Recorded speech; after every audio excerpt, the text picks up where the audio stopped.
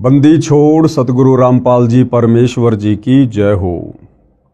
परमपिता परमात्मा सारी सृष्टि के रचनहार, कुल मालिक, असंख्य ब्रह्मांडों के स्वामी, जगत गुरु, तीनों लोकों में प्रवेश करके सबका धारण पोषण करने वाले, राजाधिराज, आत्माधार, नाथों के नाथ, देवों के देव महादेव, सर्वेश्वर महेश्वर, मृत्युंजय, अजरो अमर, आदि अनादि सनातनी प्रभु, जगत पिता जगदीश्वर, श्री श्री 1008 की उपाधि के वास्तविक अधिकारी, अकाल मूरत, शब्द स्वरूपी राम वासुदेव, सर्वगतम ब्रह्म, परम पूज्य, प्रथम पूज्य, परम संत, परम पुरुष, परम धनी, परम दयालु, सत्य कबीर, हक्का कबीर, अल्लाहु कबीर, अल्लाहु अकबर, बाखबर, अल्लाह ताला, जगत के तारणहार, जगत के मुक्तिदाता, जगत के जगन्नाथ, हारे के सहारे, हिंदुओं के राम, मुसलमानों के अल्लाह, सिखों के वाहिगुरु, ईसाइयों के मसीह, दया के सागर दयानिधि, करुणा के सागर करुणानिधि, स्वयंभू परिभू, संकट मोचन, कष्ट हरण, मंगल करण, दुख भंजन, अविगत कबीर, निर्विकार निर्विषम परमात्मा, अलय अलेख सतगुरु, आदि अनादि सतगुरु, असली मर्यादा पुरुषोत्तम, असली राम, असली कृष्ण, असली घनश्याम, असली मुरारी, राजाओं के राजा, महाराजाओं के महाराजा, शहंशाहों के शहंशाह, सम्राटों के सम्राट, भगवानों के भगवान, अल्लाहों के अल्लाह, प्रभुओं के प्रभु, मसीहाओं के मसीह, सच्चे वाहिगुरु, बाबाओं के बाबा, पीरों के पीर, सेठों के सेठ, जगत सेठ, सावड़सा सेठ, सर्वगुण संपन्न, अनंत कोटि कलाओं के स्वामी, अनंत कोटि ब्रह्मांडों के नायक,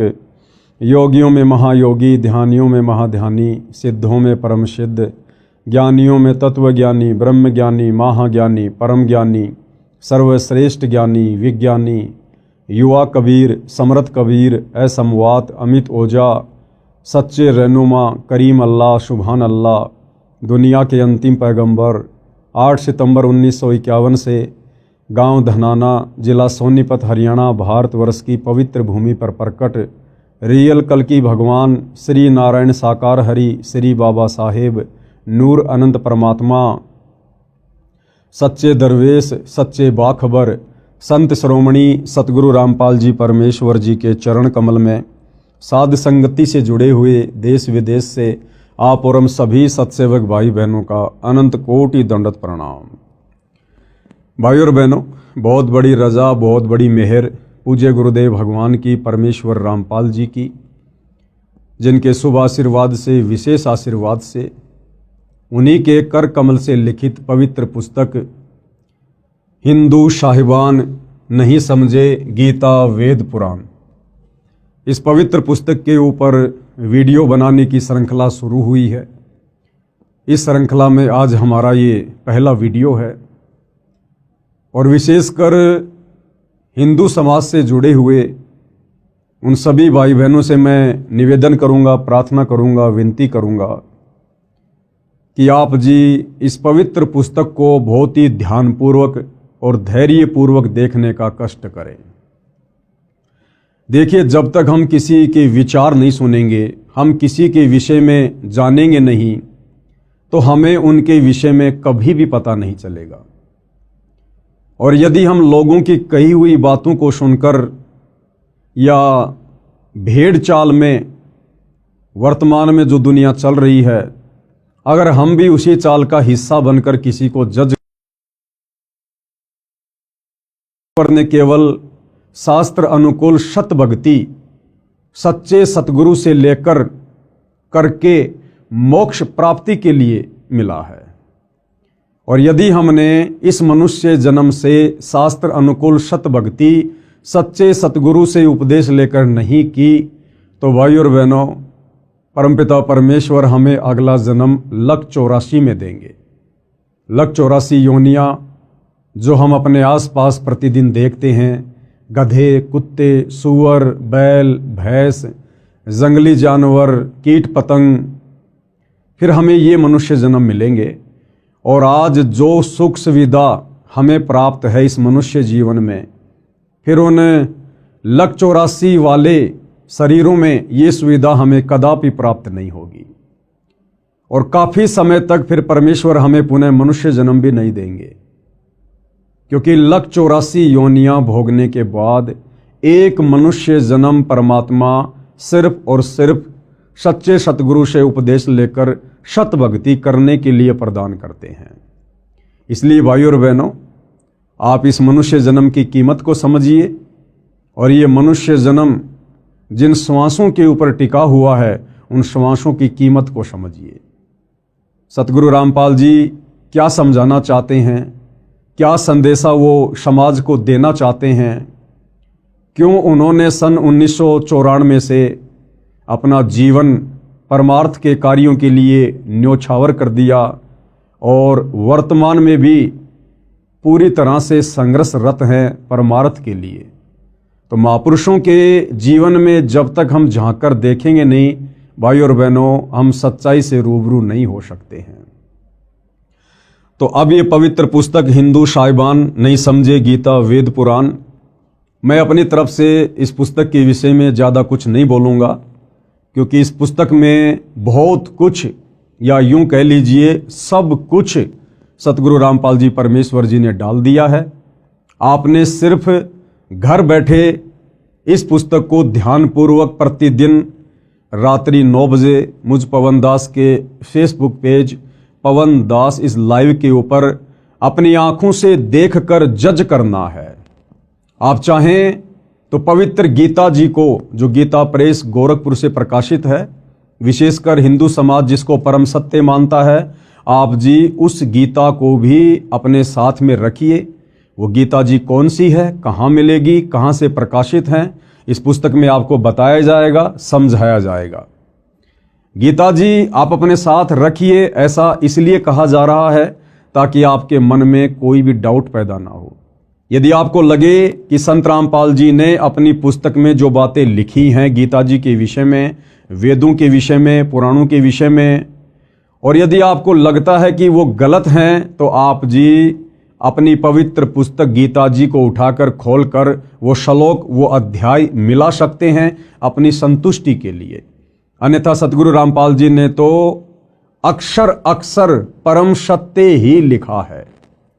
तो भाइयों और बहनों, अब हम सीधा पुस्तक की ओर चलते हैं और ये पवित्र पुस्तक समाज को क्या संदेशा देना चाहती है, इस पर हम विचार करेंगे।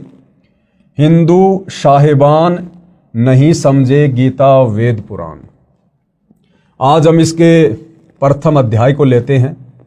सबसे पहले 2 शब्द। विश्व के सब भाइयों तथा बहनों को मेरा सत सत प्रणाम। भाई और बहनों, अभी हम नादान हैं, अध्यात्म से अपरिचित हैं। जिस समय हम अध्यात्म की गहराई को छुएंगे, हम शास्त्र अनुकूल सत भक्ति को ग्रहण करेंगे, सतगुरु रामपाल जी को सतगुरु के रूप में धारण करेंगे, उस समय आपको बहुत ज़्यादा पछतावा होगा। किस बात को लेकर? कि हम नादान प्राणियों को समझाने के लिए सतगुरु रामपाल जी हमें कह रहे हैं सत सत प्रणाम, जबकि अनंत बार कोटि कोटि प्रणाम हम लोगों ने सतगुरु रामपाल जी के चरणों में कहना चाहिए। परंतु अभी हम अध्यात्म से अनजान हैं, नादान हैं, भ्रमित हैं। हर धर्म के प्रत्येक धर्म गुरु ने समस्त समाज के अनुयायियों को शास्त्र विरुद्ध साधना पर लगाकर भक्ति और भगवान से कोसों दूर कर दिया है, और भगत समाज सच्चे गुरु की पहचान करना भी भूल चुका है। क्योंकि किसी भी धर्म का व्यक्ति हो, वो केवल उस धर्म की पुस्तकों का नाम तो जानता है, लेकिन पुस्तकों के अंदर ज्ञान क्या छुपा हुआ है, वो पुस्तकें कहना क्या चाहती हैं, समझा क्या रही हैं, वो ना हमारे धर्म गुरुओं को पता है और ना आम नागरिकों को पता है। और जब हमें इस बात का पता चलेगा सतगुरु रामपाल जी से उपदेश लेकर या उनके सत्संग सुनकर, उसके बाद ये जो शब्द यहाँ लिखे हुए हैं इस पुस्तक में सतगुरु रामपाल जी की तरफ से कि सत सत प्रणाम, उसके बाद हम उनके चरण कमल में कहेंगे गुरुदेव भगवान के चरण कमल में अनंत कोटि दंडवत प्रणाम। हिंदू साहिबानों से मेरा निवेदन है कि इस पुस्तक को निष्पक्ष बुद्धि से दिल थाम कर पूरा पढ़ना। हिंदू समाज के लिए यह पुस्तक संजीवनी है तथा वरदान सिद्ध होगी। आपने संजीवनी बूटी का तो नाम सुना होगा। जब लक्ष्मण जी के प्राण संकट में थे तो हनुमान जी को सेवा दी गई द्रोणागिरी पर्वत से संजीवनी बूटी लाने की। हनुमान जी संजीवनी बूटी लेकर आए, उसका रस श्री लक्ष्मण जी के मुख में डाला गया, तब वे कोमा से बाहर आए, वे होश में आए। इसी प्रकार भाइयों और बहनों, युगों युगों से ये समाज भक्ति और भगवान के नाम पर भ्रमित है। हमारे धर्म गुरुओं ने काल प्रेरणा से हमारे से शास्त्र विरुद्ध साधना करवाकर हमें अज्ञान की गहरी नींद में सुला रखा है। अब ये पुस्तक सतगुरु रामपाल जी के कर कमल से लिखित, इसको पढ़ने और समझने के बाद ये पुस्तक हमारे लिए संजीवनी बूटी साबित होगी। हम जो अज्ञानता की गहरी नींद में सोए हुए हैं, ये पुस्तक हमें जगाएगी, हमें समझाएगी कि नादानो जागो, उठो, आज तुम्हें मनुष्य जन्म प्राप्त है, जिस मनुष्य जन्म के लिए 33 करोड़ देवी देवता और ब्रह्मा विष्णु महेश भी तरसते हैं। क्योंकि पूर्ण मोक्ष, पूर्ण मुक्ति केवल मनुष्य जन्म में ही संभव है, देव शरीर में संभव नहीं है। इसलिए ये पवित्र पुस्तक हिंदू साहिबान नहीं समझे, गीता वेद पुराण हमारे लिए संजीवनी बूटी का काम करेगी। हिंदू समाज के लिए यह पुस्तक संजीवनी है तथा वरदान सिद्ध होगी। निवेदन, भगतात्मा हिंदुओं से मेरा करबद्ध निवेदन है कि इस पुस्तक के अमृत ज्ञान के सत्य तथा असत्य को जानने के लिए आप गीता प्रेस गोरखपुर से प्रकाशित व मुद्रित तथा श्री जयदयाल गोविंदका जी द्वारा अनुवादित पदछेद अन्वय साधारण भाषा टीका सहित श्रीमद् भगवत गीता साथ रखें। ये पवित्र गीता जी कौन सी पुस्तक है, क्या इसका नाम है?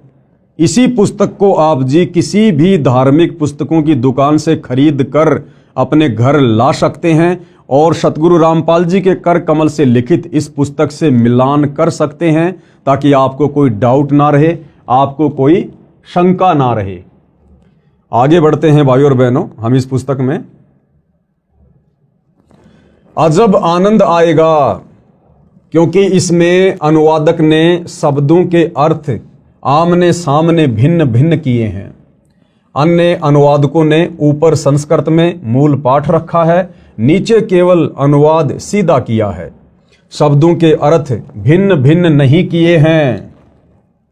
यदि मुझ पर भरोसा करो तो उस गीता की भी आवश्यकता नहीं है, क्योंकि मैंने उसी पुस्तक की फोटोकॉपी लगाई है।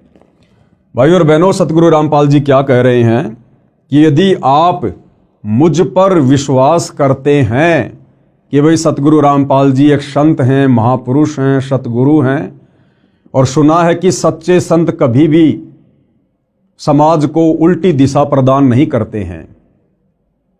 सच्चे संत तो पथ भ्रष्ट समाज को शास्त्र अनुकूल साधना पर लगाकर उन्हें जीवन दान देते हैं। यदि आपको सतगुरु रामपाल जी पर इतना विश्वास है, इतना भरोसा है, तो फिर आपको वो गीता प्रेस गोरखपुर से प्रकाशित गीता भी लाने की आवश्यकता नहीं पड़ेगी, क्योंकि उसी पुस्तक के रेफरेंस फोटोकॉपी के रूप में आप और हमें समझाने के लिए परम संत सतगुरु रामपाल जी ने इस पुस्तक में प्रयोग किए हैं। पुस्तक हिंदू साहिबान नहीं समझे गीता वेद पुराण का आधार सूक्ष्म वेद यानी तत्व ज्ञान है।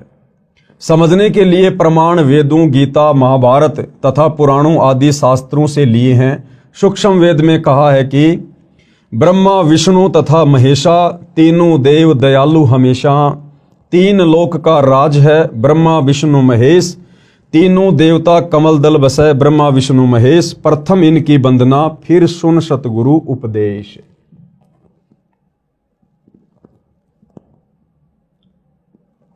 अर्थात सूक्ष्म वेद में अध्यात्म का संपूर्ण ज्ञान है। भाई और बहनों, ध्यान देना, यहां पर सतगुरु रामपाल जी ने इस पुस्तक का आधार बताया है सूक्ष्म वेद। अब ये सूक्ष्म वेद क्या है, 99% समाज इस बात से अपरिचित है।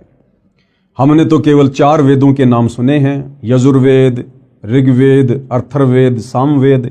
अब ये 5वां वेद कौन सा आ गया? ये 5वां वेद इन 4 वेदों का बाप है, इनका पिता है। अध्यात्म से संबंधित कंप्लीट ज्ञान, पूर्ण मुक्ति का मार्ग जो इन 4 वेदों में नहीं है, पवित्र गीता जी में नहीं है, 18 पुराणों में नहीं है, मुसलमानों की तौरात, जबूर, इंजिल, हदीसों में नहीं है, कुरान मजीद, कुरान शरीफ में नहीं है, सिखों के गुरु ग्रंथ साहिब में नहीं है, ईसाइयों की बाइबल में नहीं है, वो कंप्लीट अध्यात्म का ज्ञान, कंप्लीट कोश, कंप्लीट सलेबस 5वें वेद सूक्ष्म वेद में है। सूक्ष्म वेद यानी जब जब ये कबीर परमात्मा सतलोक से चलकर धरती पर सशरीर प्रकट होते हैं, संत रूप में लीला करते हैं, अपनी आत्माओं तक तत्व ज्ञान पहुंचाते हैं, उस ज्ञान को भाई और बहनों कुछ उनके फॉलोअर्स के द्वारा संग्रहित कर लिया जाता है एक पुस्तक के रूप में, ग्रंथ के रूप में। उसको सूक्ष्म वेद कहते हैं, सूक्ष्म ज्ञान कहते हैं। जैसे 650 साल पहले बनारस के काशी में जब कबीर जी आए थे, सन 1398 से 1518 तक, यानी 120 वर्ष तक उन्होंने लीला की, अपने ज्ञान का प्रचार किया, 64 लाख आत्माओं को अपनी शरण में लिया। उन्होंने जो भी हमें तत्व ज्ञान बताया, समझाया, उस ज्ञान को आगे चलकर आदरणीय धर्मदास जी नाम के एक भगत के द्वारा कबीर सागर के रूप में लिपिबद्ध कर लिया गया। उसको सूक्ष्म वेद कहते हैं, वो 5वां वेद है। उसके बाद लगभग 300 वर्ष पहले गांव छुडानी, जिला झज्जर, हरियाणा में आदरणीय गरीबदास जी हुए, और इसी प्रकार से गरीबदास जी को भी कबीर परमात्मा सतलोक से आकर मिले, उनको सत ज्ञान दिया, उनको सतलोक दिखाया, सारी सृष्टि रचना समझाई, और इसी प्रकार आदरणीय गरीबदास जी ने भी एक सूक्ष्म वेद की रचना करवाई, जिसको सदग्रंथ साहिब के नाम से जाना जाता है, जिसमें 24,000 वाणियाँ हैं। यानी आदरणीय गरीबदास जी के सदग्रंथ साहिब में 4 वेदों को मिलाकर कहीं अधिक वाणियाँ हैं, 24,000 वाणियाँ हैं, जिसको सूक्ष्म वेद कहा जाता है। तो सतगुरु रामपाल जी कह रहे हैं कि मैंने ये जो पुस्तक लिखी है आप लोगों को समझाने के लिए, इस पुस्तक का आधार सूक्ष्म वेद है। बाकी जितने भी पुस्तकें हैं हर धर्म की, हिंदू, मुसलमान, सिख, ईसाइयों की, 4 वेद, गीता जी, 18 पुराण, ये केवल आपको समझाने के लिए दिखाऊंगा, ताकि आप हिंदू धर्म के भाई बहनों को कोई शंका ना हो, कोई डाउट ना हो, आपको ये कन्फर्म हो, यकीन हो, विश्वास हो कि वास्तव में सतगुरु रामपाल जी ने इस पुस्तक में जो भी कुछ लिखा है, समझाया है, ये हमारे ही धर्म की धर्म पुस्तकों के अंदर पहले से लिपिबद्ध है। लेकिन ना तो हमारे धर्म गुरु समझ पाए और ना हम समझ पाए। तो हमारे डाउट को क्लियर करने के लिए सतगुरु रामपाल जी और हिंदू धर्म के 4 वेद, गीता जी और 18 पुराणों का सहयोग लेंगे, केवल हमें समझाने के लिए। अर्थात सूक्ष्म वेद में अध्यात्म का संपूर्ण ज्ञान है। उसमें कहा है कि तीनों देवता श्री ब्रह्मा जी, श्री विष्णु जी तथा श्री शिव जी बहुत दयालु हृदय के हैं। इनकी केवल 3 लोक, स्वर्गलोक, पाताललोक, पृथ्वी लोक। ध्यान देना भाई और बहनों, श्री ब्रह्मा जी, श्री विष्णु जी तथा श्री शिव जी ये सारी सृष्टि के मालिक नहीं हैं, असंख्य ब्रह्मांडों के परमपिता नहीं हैं। इनको केवल 3 लोक दिए गए हैं, केवल 3 लोक। ये केवल 3 लोक में एक एक विभाग संभालते हैं।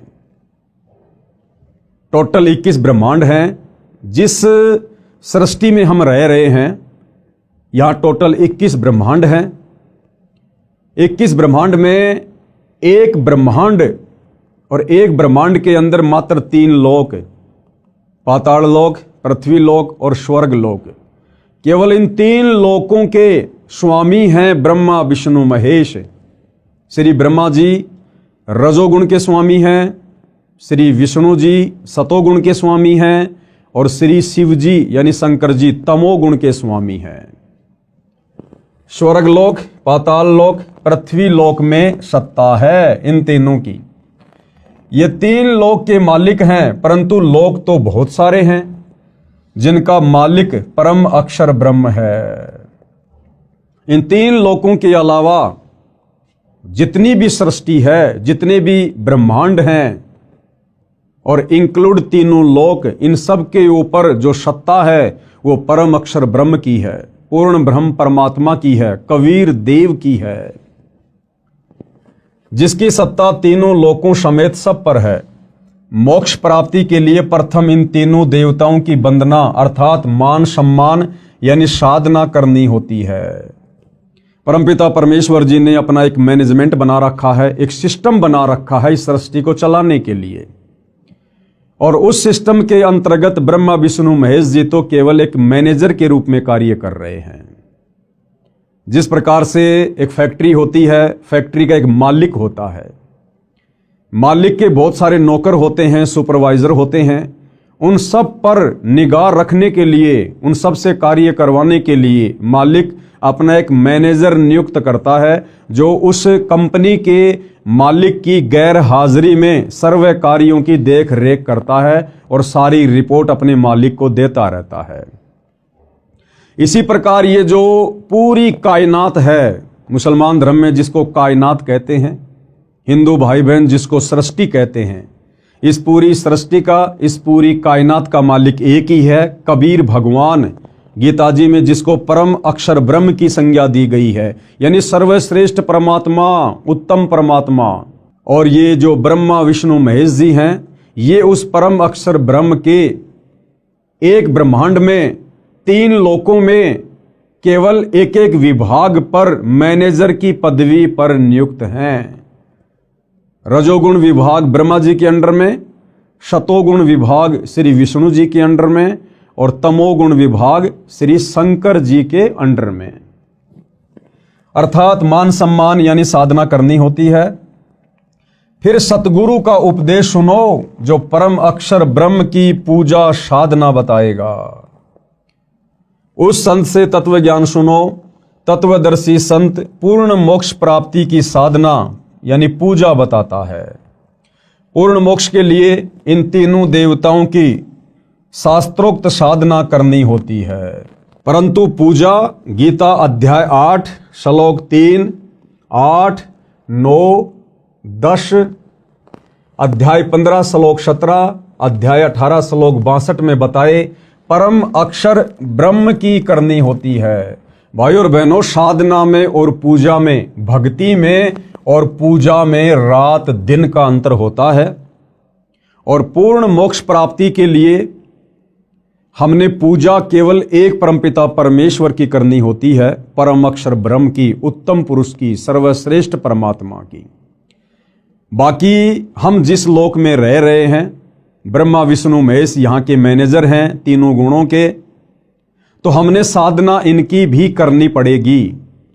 जिस प्रकार एक प्यासे व्यक्ति को अपनी प्यास बुझाने के लिए जल की आवश्यकता पड़ती है, जब तक उसको जल नहीं मिलेगा उसकी तृप्ति नहीं हो सकती।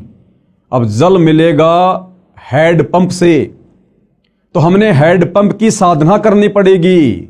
हमने हैंड पंप की साधना करनी पड़ेगी। हमने उसको काम में लेना पड़ेगा, हमने उसको चलाना पड़ेगा।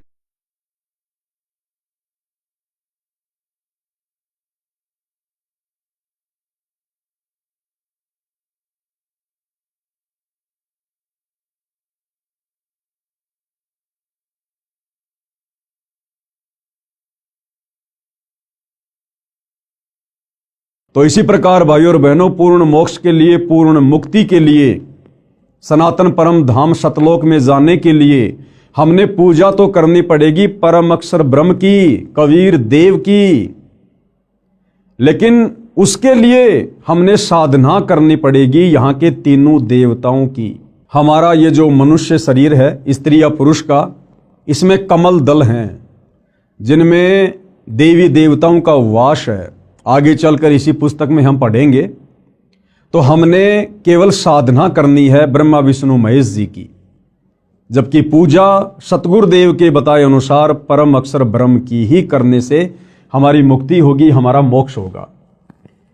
परम अक्षर ब्रह्म को गीता अध्याय 8 श्लोक 9 तथा अध्याय 15 श्लोक 17 में गीता ज्ञान देने वाले ने अपने से अन्य बताया है।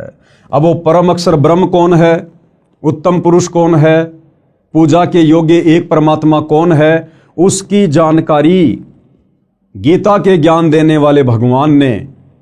अब आप जी गीता का ज्ञान देने वाला भगवान श्री कृष्ण जी को मानते हैं या श्री विष्णु जी को मानते हैं या काल ब्रह्म को मानते हैं, ये आपको स्पष्ट रूप से उस समय पता चलेगा जब आप सतगुरु रामपाल जी के सत्संग सुनना शुरू करेंगे या फिर इस पुस्तक को धैर्य पूर्वक पूरा पढ़ेंगे, जितने भी वीडियो बनेंगे।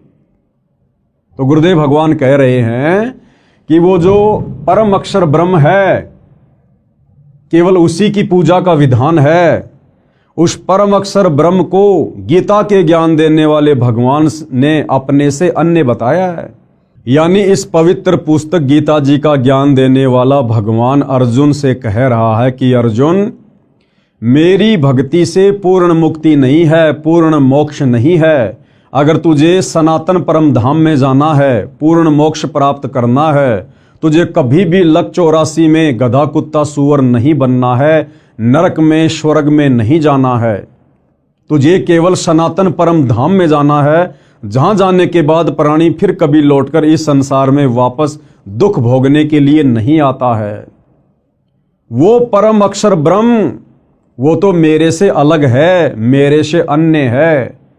और गीता जी में गीता ज्ञान देने वाला भगवान कहां कहां किन किन श्लोकों में अपने से अन्य उस परम अक्षर ब्रह्म की जानकारी दे रहा है, आपको इस पुस्तक में स्पष्ट रूप से पढ़ने और देखने को मिलेगा।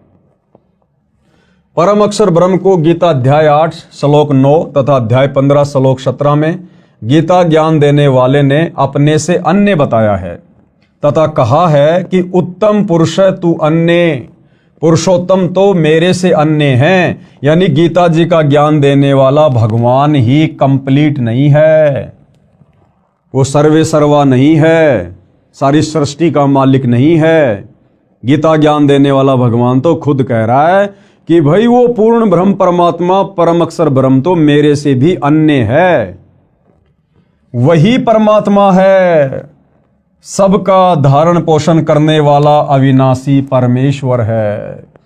गीता का ज्ञान देने वाला कह रहा है कि अर्जुन, मेरा भी धारण पोषण करने वाला और समस्त संसार के प्राणियों का धारण पोषण करने वाला वही परमात्मा परम अक्षर ब्रह्म है।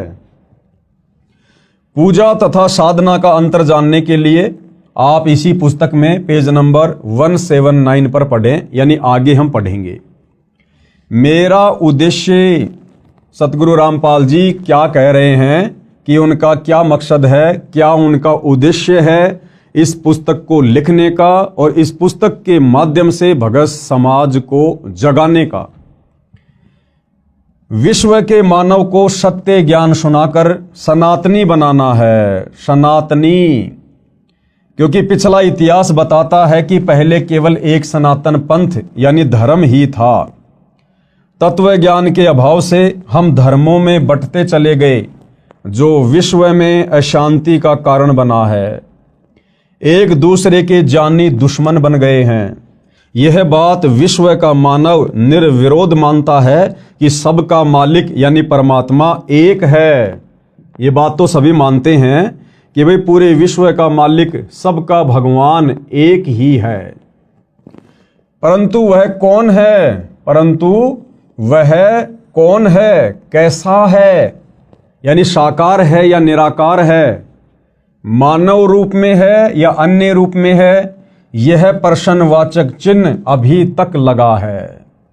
जैसे भाई और बहनों, कोई व्यक्ति चाहे किसी की भी पूजा करता है, किसी भी धर्म का है, जैसे हिंदू धर्म की हम बात करें, एक व्यक्ति को सारा जीवन बीत जाता है देवी देवताओं की पूजा करते हुए, ब्रह्मा विष्णु महेश की पूजा करते हुए, और जब उस व्यक्ति के ऊपर कोई विशेष आपत्ति, विशेष संकट आता है और जब उसका कहीं कोई समाधान नहीं निकलता है, तो अंत में वो व्यक्ति थक हार कर अंतरात्मा से पुकार करता है कि हे सच्चे परमात्मा, हे सबके मालिक।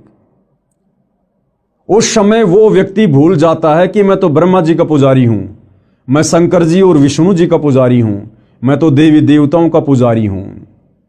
उस समय वो व्यक्ति अंतरात्मा से यही पुकार करता है कि हे सच्चे मालिक, हे सबके परमात्मा, हे भगवान। क्योंकि आत्मा उसको आभास है कि परमात्मा तो एक ही है। आत्मा अगर एक है तो उसको पैदा करने वाला परमात्मा भी एक ही है। इसी प्रकार मुसलमान धर्म से जुड़े भाई बहन चाहे कितनी ही मज़ार पूजें, कितना ही मस्जिदों में जाएं, अंत में जब उन पर विशेष आपत्ति आती है तो वो यही कहते हैं, हे अल्लाह, हे सच्चे मौला, हे सबके बादशाह। उस समय वो भूल जाते हैं कि हम अजमेर जाया करते थे चादर चढ़ाने, हम फला फला मज़ार पर जाया करते थे चादर चढ़ाने। उस समय उन आत्माओं को केवल एक परमात्मा याद आता है, क्योंकि हम सभी उसी परमपिता परमेश्वर की आत्माएं हैं। भले आज हमारे को काल ने, शैतान ने विभिन्न धर्मों में, जातियों में, संप्रदायों में, पंथों में बांट दिया है, लेकिन भाइयों और बहनों, वो आत्मा का बंटवारा नहीं कर सकता। और अब वो समय आ गया है उस एक परमपिता परमेश्वर को पहचानने का, जानने का। तो क्या कह रहे हैं गुरुदेव भगवान कि परमात्मा के विषय में, भगवान के विषय में, कि भगवान साकार है या निराकार है, मानव रूप में है या अन्य रूप में है। कहते हैं अभी तक इस बात पर प्रश्नवाचक चिन्ह लगा हुआ है। इस पुस्तक में वह प्रश्नवाचक चिन्ह पूर्ण रूप से हटा दिया है। सत्य को ग्रहण करना, असत्य से किनारा करना एक नेक मानव का परम कर्तव्य बनता है। यानी सत्य को स्वीकार करना और असत्य को दूर कर देना, ये एक सभ्य इंसान का, सभ्य मानव का, वो चाहे हिंदू हो, मुसलमान हो, सिख हो, ईसाई हो, ये उसका परम कर्तव्य बनता है। और जब बात हो हमारे आत्म कल्याण की, तो भाइयों और बहनों, फिर झूठ की नाव में भला कौन बैठना पसंद करेगा। इस पुस्तक में एक शब्द भी चारों वेदों व वेदों के सार श्रीमद् भगवत गीता, पुराणों तथा सूक्ष्म वेद से बाहर नहीं है। ये जो पवित्र पुस्तक सतगुरु रामपाल जी ने अपने कर कमल से लिखकर समाज में प्रस्तुत की है, इस पुस्तक में आपको जो भी ज्ञान मिलेगा, विशेषकर हिंदू धर्म से जुड़े भाई बहनों को कंप्लीट ज्ञान हमारे हिंदू धर्म के पवित्र धर्म ग्रंथों के अंदर वाला ही है। और जो ज्ञान इन चारों वेदों में और गीता जी में 18 पुराणों में नहीं है, वो ज्ञान फिर 5वें वेद सूक्ष्म वेद में है, कबीर सागर में और आदरणीय गरीबदास जी के सदग्रंथ साहिब में। तो इन धर्म ग्रंथों के अलावा आपको किसी भी प्रकार की उआबाई या झूठी बातें इस पुस्तक में देखने को या सुनने को कतई नहीं मिलेगी। सूक्ष्म वेद में बताया है कि विश्व के सभी जीवात्मा परम शांति वाले सनातन परम धाम में उस परमात्मा के पास रहते थे, जिसके विषय में गीता अध्याय 18 श्लोक 62 में कहा है कि हे भारत, तू सर्व भाव से उस परमेश्वर की शरण में जा। गीता जी का ज्ञान देने वाला भगवान, जिसको हिंदू समाज के भाई बहनों ने अपना परमात्मा मान लिया था, वो गीता जी का ज्ञान देने वाला भगवान भी कह रहा है कि हे भारत, यानी हे अर्जुन, तू सर्व भाव से, यानी हर प्रकार से, और सारी भक्ति छोड़कर, ब्रह्मा विष्णु महेश की भक्ति छोड़कर, देवी देवताओं की भक्ति छोड़कर, और गीता का ज्ञान देने वाले काल ब्रह्म की भक्ति छोड़कर सर्व भाव से उस परमेश्वर की शरण में जा। कौन से परमेश्वर की शरण में? परम अक्षर ब्रह्म की शरण में। उसकी कृपा से ही तू परम शांति को तथा शाश्वत स्थानम सनातन परम धाम यानी सत्य लोक को प्राप्त होगा। उसकी कृपा से ही तू परम शांति। अब भाइयों और बहनों, परम शांति क्या होती है? जब तक हम इस मनुष्य जन्म में हैं, इस पृथ्वी पर हैं, या ये मनुष्य छोड़कर यदि हम ऊपर के लोकों में देवी देवता भी बन गए, ब्रह्मा विष्णु महेश भी बन गए, तो भी हमारे को यहाँ परम शांति नहीं हो सकती काल के लोक में। आप जी ब्रह्मा विष्णु महेश के जीवन चरित्र को देखते हैं, पढ़ते हैं। ब्रह्मा विष्णु महेश भी राक्षसों के साथ में युद्ध करते हैं, लड़ाई झगड़ा करते हैं। 33 करोड़ देवी देवताओं के राजा इंद्र, ये भी हमेशा राक्षसों के साथ युद्ध करते रहते हैं। कभी राक्षस विजय हो जाते हैं तो देवी देवताओं को अपने पद छोड़कर जंगलों में जाना पड़ता है, धक्के खाने पड़ते हैं। आपने सुना होगा कि रावण ने अपनी सिद्धि शक्ति से अपनी समस्त राक्षस सेना को आकाश में उड़ाकर और देवताओं के ऊपर धावा बोल दिया, आक्रमण कर दिया, और रावण ने 33 करोड़ देवी देवताओं को हराकर बंदी बना लिया और अपनी कारागार में डाल दिया था। श्री शनिदेव महाराज तो रावण के पैरों के नीचे रहा करते थे। जैसे आप और हम भाई बहन जूते झाड़ने के लिए हम जिस फुटमेट का प्रयोग करते हैं ना, शनिदेव तो रावण के पैरों के नीचे रहा करता था। वरुण देव ये रावण का पानी भरा करता था। अग्निदेव रावण की रसोई में खाना बनाया करता था। पवन देव रावण के महल में झाड़ू निकाला करता था। तो भाई और बहनों, यहां परम शांति नहीं है। चाहे हम 33 करोड़ देवी देवता क्यों ना बन जाएं, चाहे हम ब्रह्मा विष्णु महेश की पदवी को प्राप्त क्यों ना हो जाएं, जब तक हम इस काल के 21 ब्रह्मांड में हैं, इस लोक में हैं, तब तक हमें परम शांति नहीं हो सकती। तो गीता का ज्ञान देने वाला भगवान काल ब्रह्म कह रहा है कि उसकी कृपा से ही तू परम शांति को तथा शाश्वत स्थानम, यानी जिस स्थान का, जिस लोक का, जिस सृष्टि का किसी भी देश काल और परिस्थिति में विनाश ना हो, जो कभी भी नष्ट ना होती हो, जहां कभी कोई प्रलय ना आती हो, महाप्रलय ना हो, कहते हैं तू उसको प्राप्त हो जाएगा, तू वहां चला जाएगा उस परम अक्षर ब्रह्म की कृपा से, उसकी भक्ति करके। उसकी कृपा से ही तू परम शांति को तथा शाश्वत स्थानम, सनातन परम धाम यानी सत्य लोक को प्राप्त होगा। उस परमेश्वर का प्रमाण गीता ज्ञान देने वाला भगवान कह रहा है अर्जुन से कि उस परम अक्षर परमात्मा का प्रमाण, यानी वो कौन है, कैसा है, कहाँ रहता है, उसकी प्राप्ति की विधि क्या है। कहते हैं इसका जो प्रमाण है, उस परमेश्वर का प्रमाण, गीता अध्याय 8 श्लोक 1 में अर्जुन ने प्रश्न किया कि आपने गीता अध्याय 7 श्लोक 29 में जो तत्व ब्रह्म कहा है, वह तत्व ब्रह्म क्या है, जिसका उत्तर देते हुए गीता अध्याय 8 श्लोक 3, 8, 9 व 10, गीता अध्याय 15 श्लोक 4 तथा 17 आदि में कहा है, जिस लोक में वह तत्व ब्रह्म यानी परम अक्षर ब्रह्म सत्य पुरुष रहता है, उसमें परम शांति है, यानी महासुख है।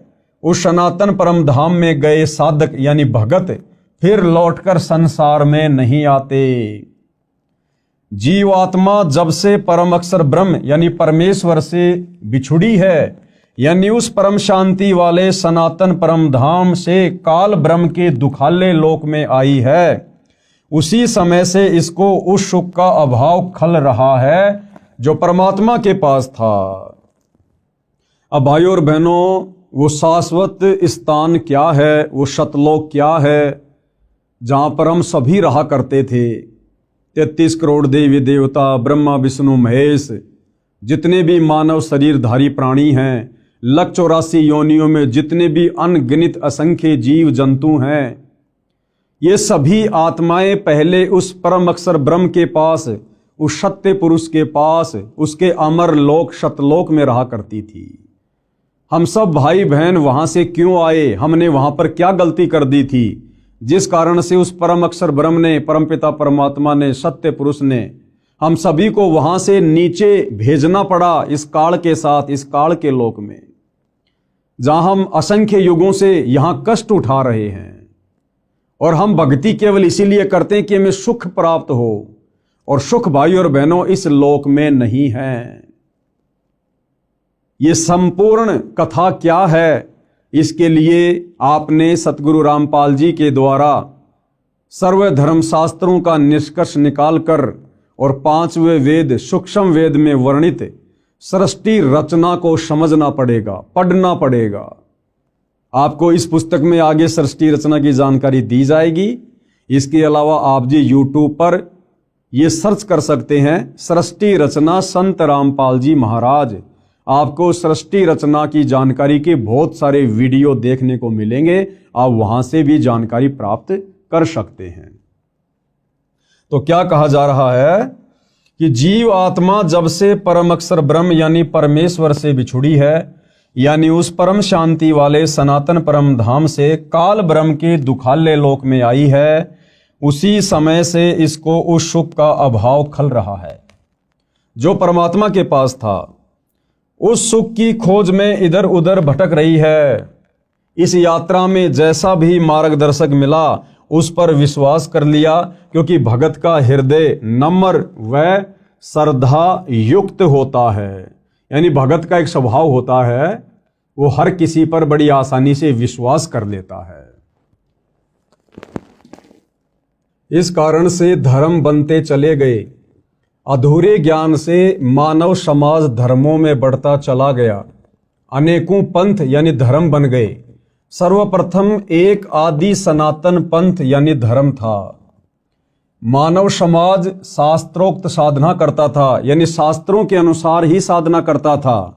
यह भैरव भूत की साधना नहीं करता था, चौराहों की पूजा नहीं करता था, किसी भी ऐरे गहरे जादू जंत्र करने वाले बाबाओं के चक्कर में आकर टोने टोटके जंत्र मंत्र में विश्वास नहीं करता था। केवल शास्त्रों के अनुसार साधना की जाती थी आदि सनातन पंथ में। शुरुआत में सतयुग में मानव समाज शास्त्रोक्त साधना करता था। वह सतयुग का समय था। वह कौन सा समय था?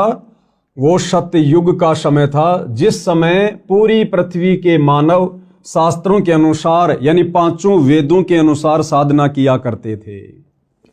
पांचों वेदों ऋग्वेद, यजुर्वेद, सामवेद, अथर्ववेद तथा सूक्ष्म वेद, केवल यही शास्त्र हुआ करते थे।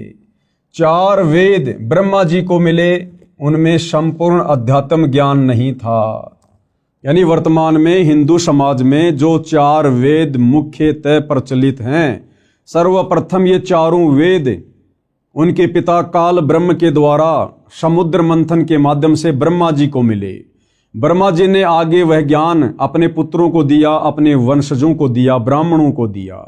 ब्राह्मणों ने यानी धर्म गुरुओं ने फिर उस चारों वेदों वाले आधे अधूरे ज्ञान को आम समाज में उतार दिया काल प्रेरणा से। क्योंकि भाइयों और बहनों, ये 21 ब्रह्मांड का स्वामी काल जो गीता जी का ज्ञान दे रहा है श्री कृष्ण जी के अंदर प्रवेश करके, ये नहीं चाहता है कि कोई भी प्राणी मेरे इस लोक से मुक्ति प्राप्त करके सच्ची साधना करके सतलोक चला जाए, जन्म और मरण के झंझट से सदा के लिए मुक्त हो जाए। ये कभी नहीं चाहता है। ये ऐसा क्यों करता है? ये हमारी मुक्ति क्यों नहीं चाहता है? इसके लिए आपको सृष्टि रचना बहुत ही धैर्य पूर्वक सुननी पड़ेगी, समझनी पड़ेगी। 4 वेद ब्रह्मा जी को मिले, उनमें संपूर्ण अध्यात्म ज्ञान नहीं था। परम अक्षर ब्रह्म सतयुग में लीला करने के लिए शिशु रूप धारण करके आए।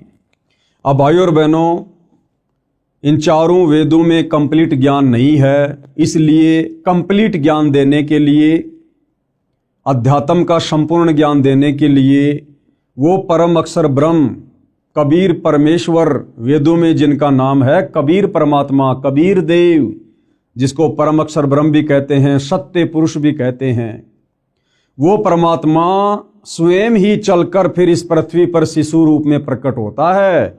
आप और हमें वो सत्य ज्ञान बताने के लिए, तत्व ज्ञान बताने के लिए, पूर्ण मुक्ति का रास्ता दिखाने के लिए। और वो परमेश्वर यहाँ पर हम इंसानों की तरह एक लीला करता है। भाइयों और बहनों, यदि हम इंसानों को ज्ञान समझाना है तो परमेश्वर हम इंसानों के बीच में इंसान ही बनकर आते हैं। वे तो परमात्मा हैं, समर्थ हैं, वो तो जो चाहे सो कर सकते हैं, कोई भी रूप धारण कर सकते हैं। उनके पास तो अनंत कोटि सिद्धियां होती हैं, वो तो समस्त सिद्धियों के स्वामी हैं। वो परमेश्वर तो हाथी का रूप भी धारण कर लेगा, लेकिन क्या हम इंसान उस हाथी की भाषा समझने में समर्थ हैं? बिल्कुल नहीं। इसलिए उस परमपिता परमेश्वर ने, परम अक्षर ब्रह्म ने, सत्य पुरुष ने, कबीर देव ने, सर्वश्रेष्ठ परमात्मा ने हम मनुष्यों को समझाने के लिए मनुष्यों जैसी लीला करते हुए शिशु रूप में धरती पर प्रकट होना पड़ता है। और वो परमात्मा सतयुग में भी आता है, प्रकट होता है, लीला करता है, अपना ज्ञान बताता है। त्रेता युग में भी आता है, अनेकों बार आता है, बार बार आता है। द्वापर में भी आता है, कलयुग में भी 650 साल पहले कबीर दास नाम से आए हमें ज्ञान समझाने के लिए। उस परमेश्वर जी की वाणी है कि सतयुग में सत सुकृत कह टेरा, त्रेता नाम मुनिंदर मेरा, द्वापर में करुणा में कहाया और कलयुग में नाम कबीर धराया। सतयुग में वो सत्य पुरुष परम अक्षर ब्रह्म कबीर देव सत सुकृत ऋषि के नाम से प्रकट हुए, त्रेता में मुनिंदर ऋषि के नाम से प्रकट हुए, द्वापर में करुणा में ऋषि के नाम से प्रकट हुए और कलयुग में 650 वर्ष पहले कबीर नाम से प्रकट हुए। अधिक जानकारी हम आगे इस पुस्तक में पढ़ेंगे। परम अक्षर ब्रह्म सतयुग में लीला करने के लिए शिशु रूप धारण करके आए, बड़े होकर सूक्ष्म वेद का प्रचार किया। सूक्ष्म वेद यानी 5वें वेद का जो ज्ञान चारों वेदों में नहीं है, उस सूक्ष्म वेद को वो कबीर परमात्मा शिशु रूप में प्रकट होकर धीरे धीरे मनुष्य के बच्चे की लीला करते हुए बड़ा होकर अपने मुख कमल से वाणियां बोल बोल कर चौपाइयों में, दोहों में, लोकोक्तियों में आप और हमें समझाता है, जिसको सूक्ष्म वेद कहते हैं, तत्व ज्ञान कहते हैं। बड़े होकर सूक्ष्म वेद का प्रचार किया। तब तक उस समय के ऋषियों ने चारों वेदों वाला ज्ञान पढ़ लिया था। सूक्ष्म वेद वाला कुछ ज्ञान चारों वेदों में न होने के कारण उसको गलत माना। अब इन चारों वेदों में वो सूक्ष्म वेद वाला ज्ञान नहीं है, तभी तो इन चारों वेदों के ज्ञान को आधा अधूरा कहा जाता है, इन चारों वेदों को अनकंप्लीट कहा जाता है।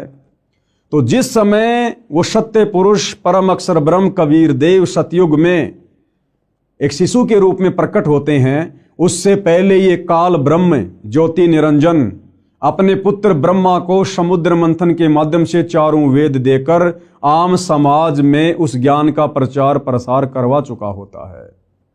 हमारे बड़े बड़े ऋषि मुनि, साधु संत महात्मा, ब्रह्मा जी के वंशज मनु जैसे, शाश्वत जैसे, ये उस ज्ञान को पढ़ चुके होते हैं, चारों वेदों वाले को, और आम समाज में उस ज्ञान का प्रचार प्रसार करना शुरू कर देते हैं।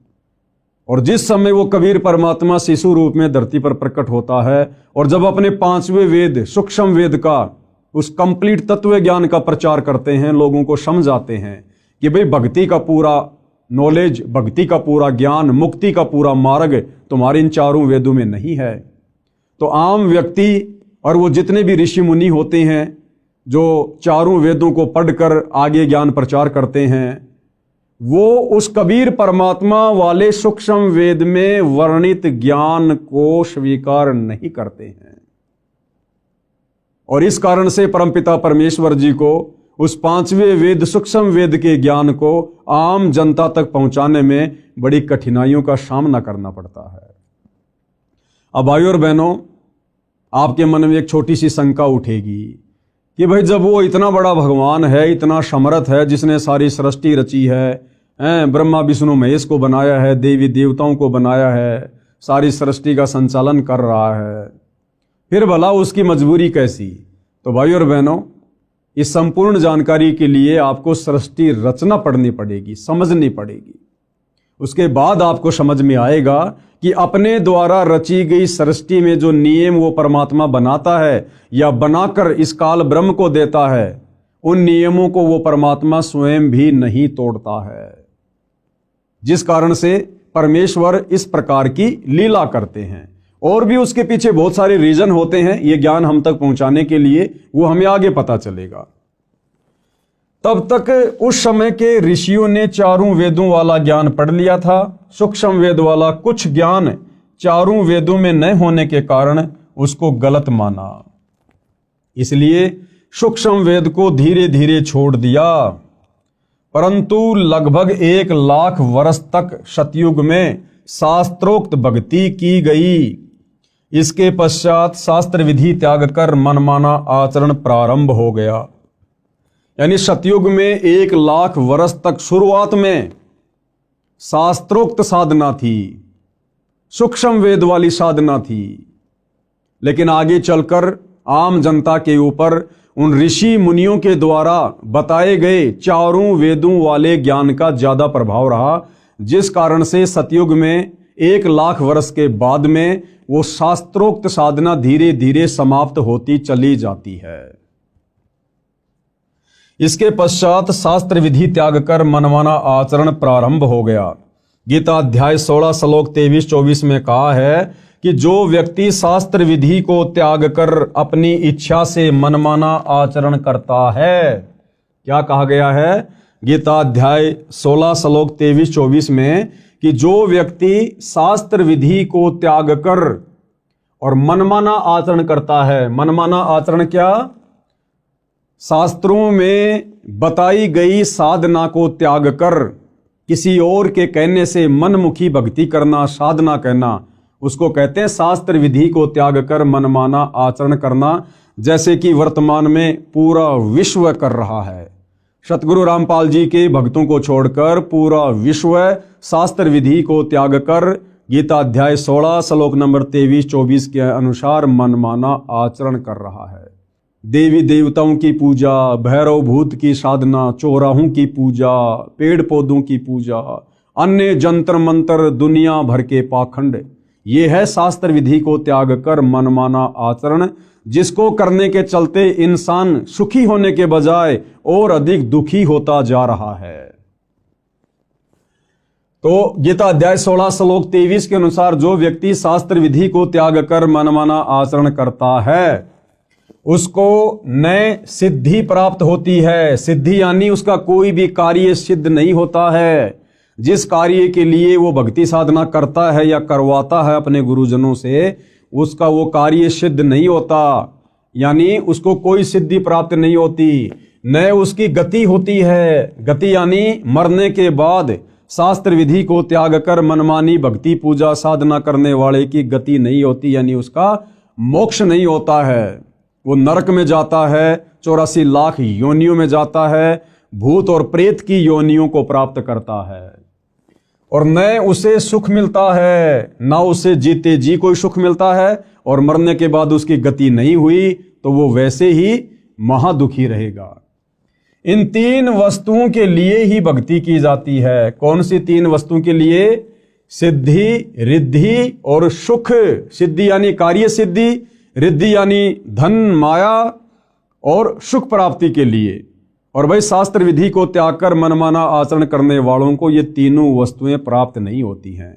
और यदि फिर भी किसी को लगता है कि भैया हम तो यही छोटी मोटी भक्ति कर रहे हैं, जिस भक्ति का ना कोई सिर है ना कोई पैर है, ना जिसका कोई आधार है, यानी गीता अध्याय 16 श्लोक नंबर 23-24 के अनुसार मनमाना आचरण है कि भाई हम तो यही साधना कर रहे हैं परंपरागत जो हमारे पूर्वज कर रहे थे, फिर भी देखो हमारे को सर्व सुख प्राप्त हैं, तो उस भाई को ये समझना चाहिए कि वो सर्व सुख रिद्धि सिद्धि तुम्हें वर्तमान में की गई भक्ति साधना से प्राप्त नहीं हो रहे।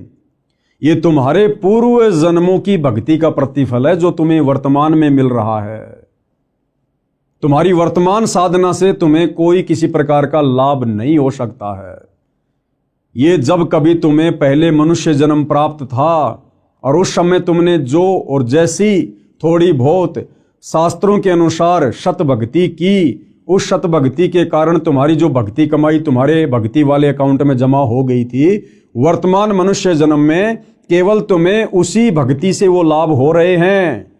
जिस प्रकार भाइयों और बहनों, आपने लाइट में इन्वर्टर लगाकर बैटरी को फुल चार्ज कर लिया और लाइट अचानक से चली गई, लाइट अचानक से चली गई, आपका इन्वर्टर अभी भी उस पलक में लगा हुआ है, उस पॉइंट में लगा हुआ है जिसमें लाइट नहीं आ रही है, और आपके पंखे भी चल रहे हैं, आपकी बैटरी भी चल रही है, क्योंकि आपका इन्वर्टर काम कर रहा है, भले लाइट चली गई। अब कोई व्यक्ति ये कहे भैया ये तुम्हारी जो लाइट है, तुम्हारी जो पंखे हैं ना, ये लाइट से नहीं चल रहे, बिजली से नहीं चल रहे, क्योंकि बिजली तो आ ही नहीं रही। और वो व्यक्ति कहेगी नहीं, ये लाइट से ही चल रहे हैं, देखो मैंने मेरा इन्वर्टर लाइट में लगा रखा है। भाइयों और बहनों, वर्तमान में लाइट नहीं आ रही है, लेकिन लाइट में चार्जर लगाकर उसने जो बैटरी चार्ज कर रखी थी, उस बैटरी से फिलहाल उसको वो सुविधा मिल रही है, पंखे चल रहे हैं, ट्यूब जल रही है। और जब वो बैटरी डिस्चार्ज हो जाएगी, उस समय उसकी सारी सुविधाएं स्वतः बंद हो जाएगी। ठीक इसी प्रकार भाइयों और बहनों, वर्तमान में सतगुरु रामपाल जी के भक्तों के अलावा पृथ्वी पर कोई भी प्राणी, वो चाहे पृथ्वी लोक में हो चाहे देवलोक में हो, वो शास्त्र अनुकूल सत भक्ति नहीं कर रहे हैं। और फिर भी यदि उन्हें सर्व सुख प्राप्त हैं, तो किसी पूर्व जन्म में उन्होंने जो शास्त्र अनुकूल सत भक्ति की थी, अपनी जो बैटरी चार्ज की थी, आज अपनी खुद की वो बैटरी चार्ज की गई भक्ति कमाई खा रहे हैं, खर्च कर रहे हैं। चाहे कोई सरपंच बना हुआ है, चाहे कोई एमएलए है, एमपी है, मंत्री है, मुख्यमंत्री है, प्रधानमंत्री है या राष्ट्रपति है, जो व्यक्ति वर्तमान में सतगुरु रामपाल जी को सतगुरु धारण करके सत भक्ति नहीं कर रहा है, वो व्यक्ति अपने पूर्व जन्मों की भक्ति मलाई खा रहा है, खर्च कर रहा है। और एक दिन वो बैटरी डिस्चार्ज होगी और फिर उस व्यक्ति के ऊपर वो समस्त आपत्तियां, आपदाएं आनी शुरू हो जाएंगी, जो एक भक्तिहीन प्राणी के ऊपर ऑलरेडी आ रही है। इसलिए भाइयों और बहनों, सत भक्ति रूपी चार्जर वर्तमान में पूरी पृथ्वी पर केवल सतगुरु रामपाल जी के पास में है।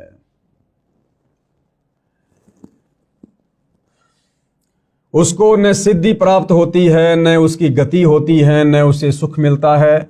इन तीन वस्तुओं के लिए ही भक्ति की जाती है। संत गरीबदास जी ने सूक्ष्म वेद में कहा है, आदि सनातन पंथ हमारा, जानत नहीं इसे संसारा। अब ये आदरणीय गरीबदास जी कौन है, इनका सूक्ष्म वेद क्या है, ये सारी जानकारी आपको आगे इसी पुस्तक में मिलेगी। संत गरीबदास जी ने सूक्ष्म वेद में कहा है, आदि सनातन पंथ हमारा और जानत नहीं इसे संसारा। सट दर्शन सब खटपट होई, हमरा पंथ ना पावे कोई। सट दर्शन सब खटपट होई, सट दर्शनी साधु, ये गिरी, पुरी, नागा, वैष्णव, ओगट, इस प्रकार के जो संप्रदाय हैं, इनको सट दर्शनी साधु कहा जाता है। कहते हैं ये तो केवल उआबाई बक रहे हैं, उल्टी साधना कर रहे हैं, मनमाना आचरण कर रहे हैं। इन सट दर्शनी साधु संतों की, इन पंथों की साधना शास्त्रों के अनुसार नहीं है। हमरा पंथ ना पावे कोई। आदरणीय गरीबदास जी कह रहे हैं कि हमारे पंथ में जो शास्त्र अनुकूल साधना है, उसको कोई प्राप्त नहीं कर पा रहा है। इन पंथों से वह पंथ अलैदा, इन सट दर्शनी पंथों से उस परमपिता परमेश्वर का, अक्षर पुरुष का, सत्य पुरुष का जो पंथ है, जो भक्ति मार्ग है, वो अलग है, क्योंकि वो पांचवें वेद सूक्ष्म वेद के ऊपर आधारित है। और पंथों बीच सब ज्ञान है बैदा, और बाकी जितने भी पंथ हैं, धर्म है, उनमें जो ज्ञान है वो बैदा यानी बेकार है, व्यर्थ है, उससे मुक्ति नहीं हो सकती, लक 84 से पीछा नहीं छूट सकता। अर्थात हमारा आदि सनातन पंथ है, जिसको संसार के व्यक्ति नहीं जानते। वह आदि सनातन पंथ सब पंथों से भिन्न है। गीता अध्याय 17 श्लोक 23 में कहा है कि पूरा यानी सृष्टि की आदि में यानी शुरुआत में जिस ब्राह्मण यानी सच्चिदानंद घन ब्रह्म की साधना 3 नामों ओम तत् सत वाली की जाती थी, जो 3 विधि से सुमरण किया जाता है, सब ब्राह्मण यानी भगत यानी साधक उसी वेद जिसमें ये 3 नाम का मंत्र लिखा है उसके आधार से यज्ञ साधना करते थे। विशेष ये 3 नाम मंत्र 4 वेदों में नहीं है, केवल सूक्ष्म वेद में है, 5वें वेद में है। गीता जी अध्याय 17 श्लोक 23 में ओम तत् सत इति निर्देश ब्रह्मण त्रिविध समर्थे, ये जो 3 मंत्र हैं ओम तत् सत, ओम तो सीधा सीधा है, तत् और सत ये सांकेतिक है। ये केवल तत्वदर्शी संत ही बता सकता है, पृथ्वी पर अन्य को नहीं पता कि तत् और सत के रूप में वो वास्तविक भक्ति मंत्र क्या हैं।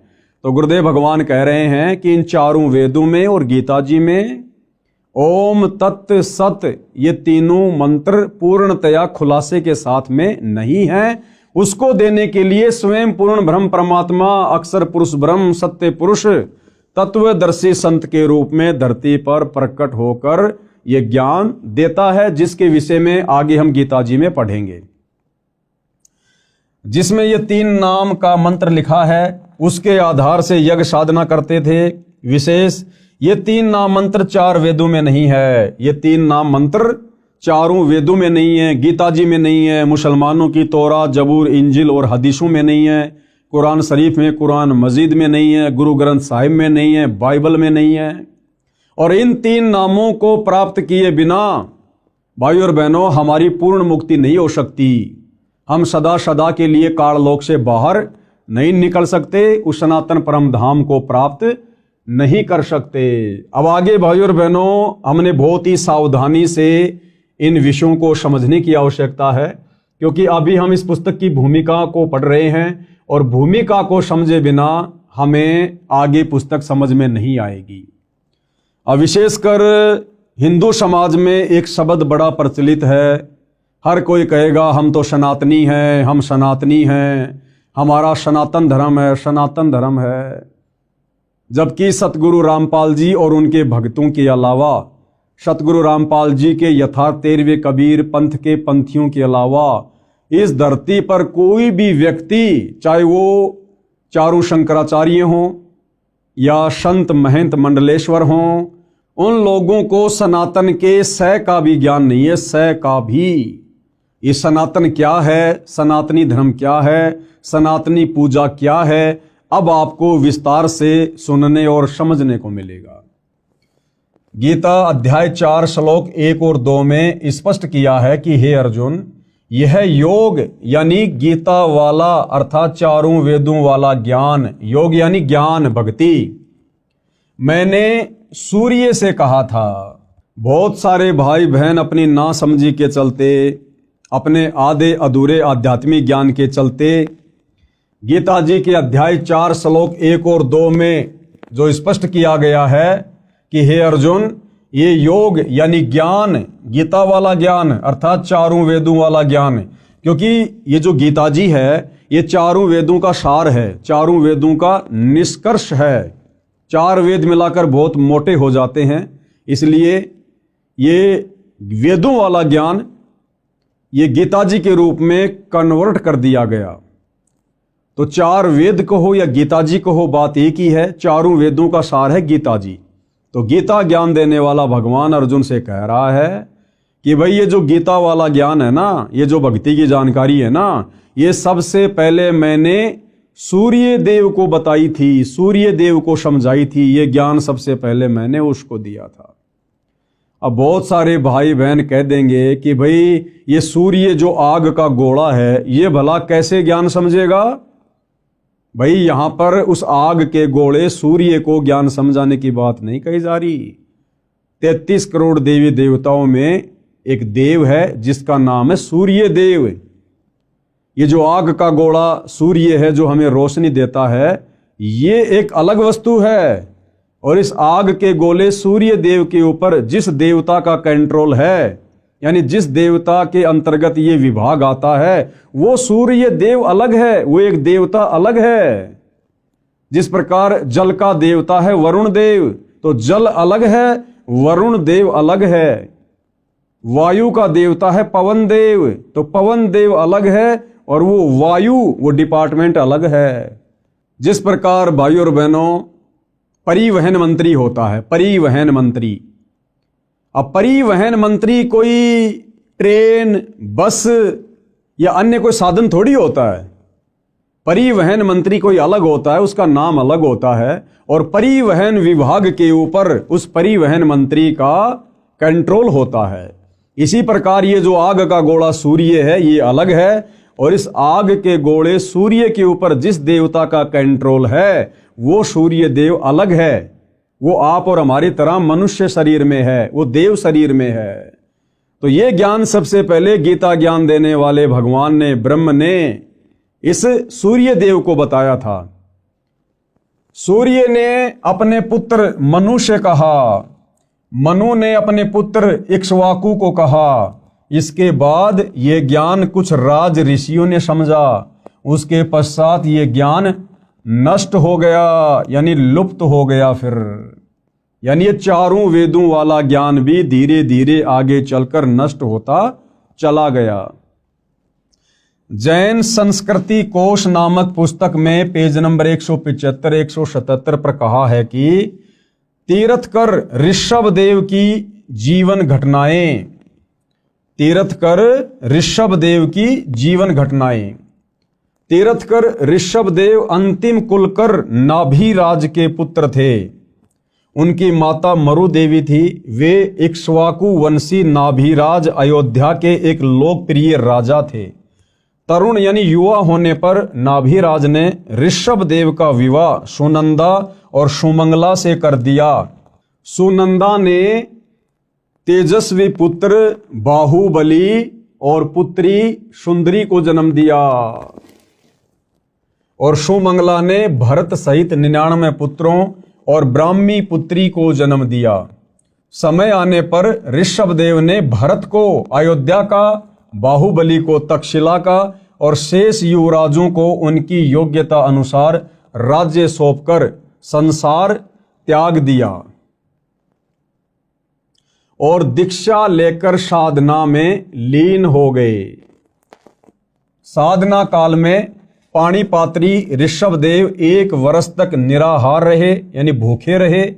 बाद में बाहुबली के पुत्र श्रेयांश कुमार ने इक्षु रस यानी गन्ने का रस देकर उनकी इस निराहार व्रति को तोड़ा।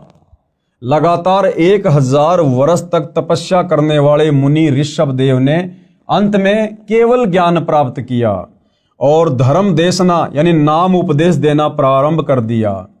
प्रथम धर्म देशना भरत के पुत्र मरीचि को दी, जो बाद में जैन धर्म के 24वें तीर्थकर महावीर वर्धमान बने। पवित्र गीता में क्या कहा है, कृपया पढ़ें व विचार करें। गीता अध्याय 6 श्लोक 16 में कहा है कि हे अर्जुन, यह योग यानी भक्ति साधना न तो बिल्कुल न खाने वाले की, यानी जो व्यक्ति व्रत रखता है, कुछ भी नहीं खाता है, गीता जी कह रही है कि उस व्यक्ति की भक्ति साधना कभी भी सफल नहीं हो सकती। बिल्कुल भी न खाना यानी व्रत रखना। यह योग यानी भक्ति साधना न तो बिल्कुल न खाने वाले की यानी व्रत करने वाले की सिद्ध होती है, यानी बिल्कुल भी सिद्ध नहीं होगी, न अधिक खाने वाले की, न अधिक सोने वाले की, न अधिक जागने वाले की सिद्ध होती है। ध्यान देने योग्य, आगे गुरुदेव क्या कह रहे हैं कि ध्यान देने योग्य बातें हैं। श्री ऋषभदेव जी ने गीता ज्ञान यानी चारों वेदों शास्त्रों में बताई साधना की विपरीत शास्त्र विधि को त्याग कर मनमाना आचरण अपनी इच्छा से किया, जिसे कोई लाभ नहीं हुआ, न होना था। यानी ऋषभदेव जी जो कि सतयुग में हुए थे, ऋषभदेव जी ने शास्त्रों में वर्णित साधना को त्याग कर, यानी चारों वेदों में जो भक्ति साधना लिखी हुई है उसका त्याग करके और मनमाना आचरण करना शुरू कर दिया था। और 1000 वर्ष तक वो निराहार रहे। और उसके बाद जब उन्होंने सबसे पहले नाम उपदेश देना शुरू किया तो सबसे पहला उपदेश ऋषभदेव जी ने अपने पोते मारीच को दिया, मारीची को दिया। और वही मारीची वाली आत्मा आगे चलकर जैन धर्म में 24वें तीर्थ कर महावीर स्वामी कहलाए।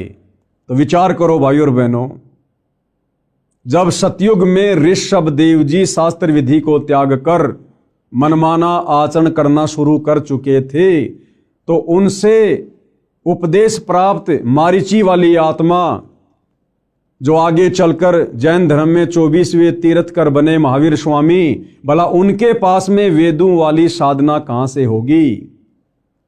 और जैन धर्म की पुस्तक है आओ जैन धर्म को जाने, उस पुस्तक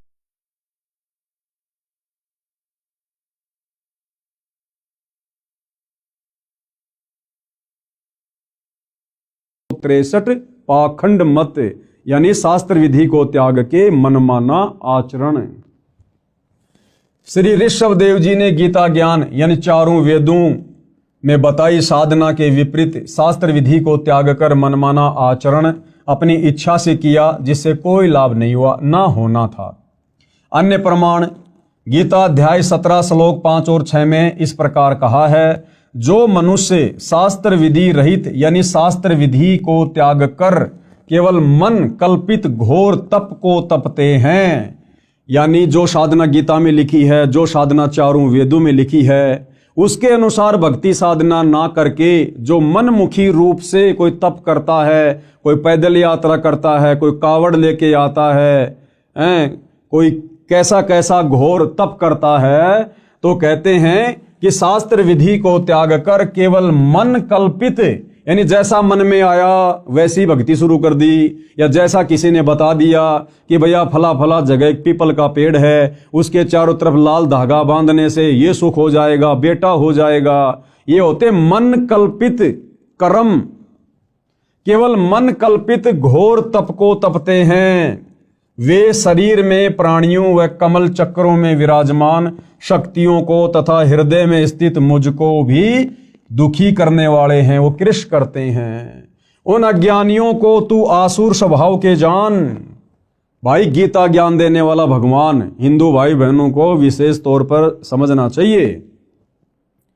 ये गीता जी का ज्ञान पढ़ाया जा रहा आपको, कौन सा अध्याय है, कौन सा श्लोक है।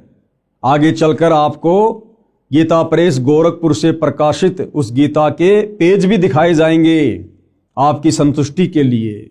तो गीता का ज्ञान देने वाला भगवान खुद कह रहा है कि जो व्यक्ति चारों वेदों में और गीता जी में जो साधना करनी चाहिए, जो लिखी हुई है, उस साधना को ना करके और मन कल्पित घोर तप करते हैं, यानी कावड़ लाना, पैदल यात्रा करना, बद्रीनाथ जाना, केदारनाथ जाना, अन्य घोर साधना करना, कहते हैं उस व्यक्ति को तू राक्षस स्वभाव का जान, आसुर प्रवृत्ति का। और गीता ज्ञान देने वाला कह रहा है कि ऐसे प्राणी इस मनुष्य शरीर में विराजमान कमल दल में देवी देवताओं को भी दुखी करते हैं। और गीता ज्ञान दाता कहता कि ऐसे आसुर स्वभाव वाले प्राणी मुझको भी दुखी करते हैं, और ऐसे व्यक्तियों को तो शरीर छोड़ने के बाद में मैं घोर नरक में डालता हूं, नरक में।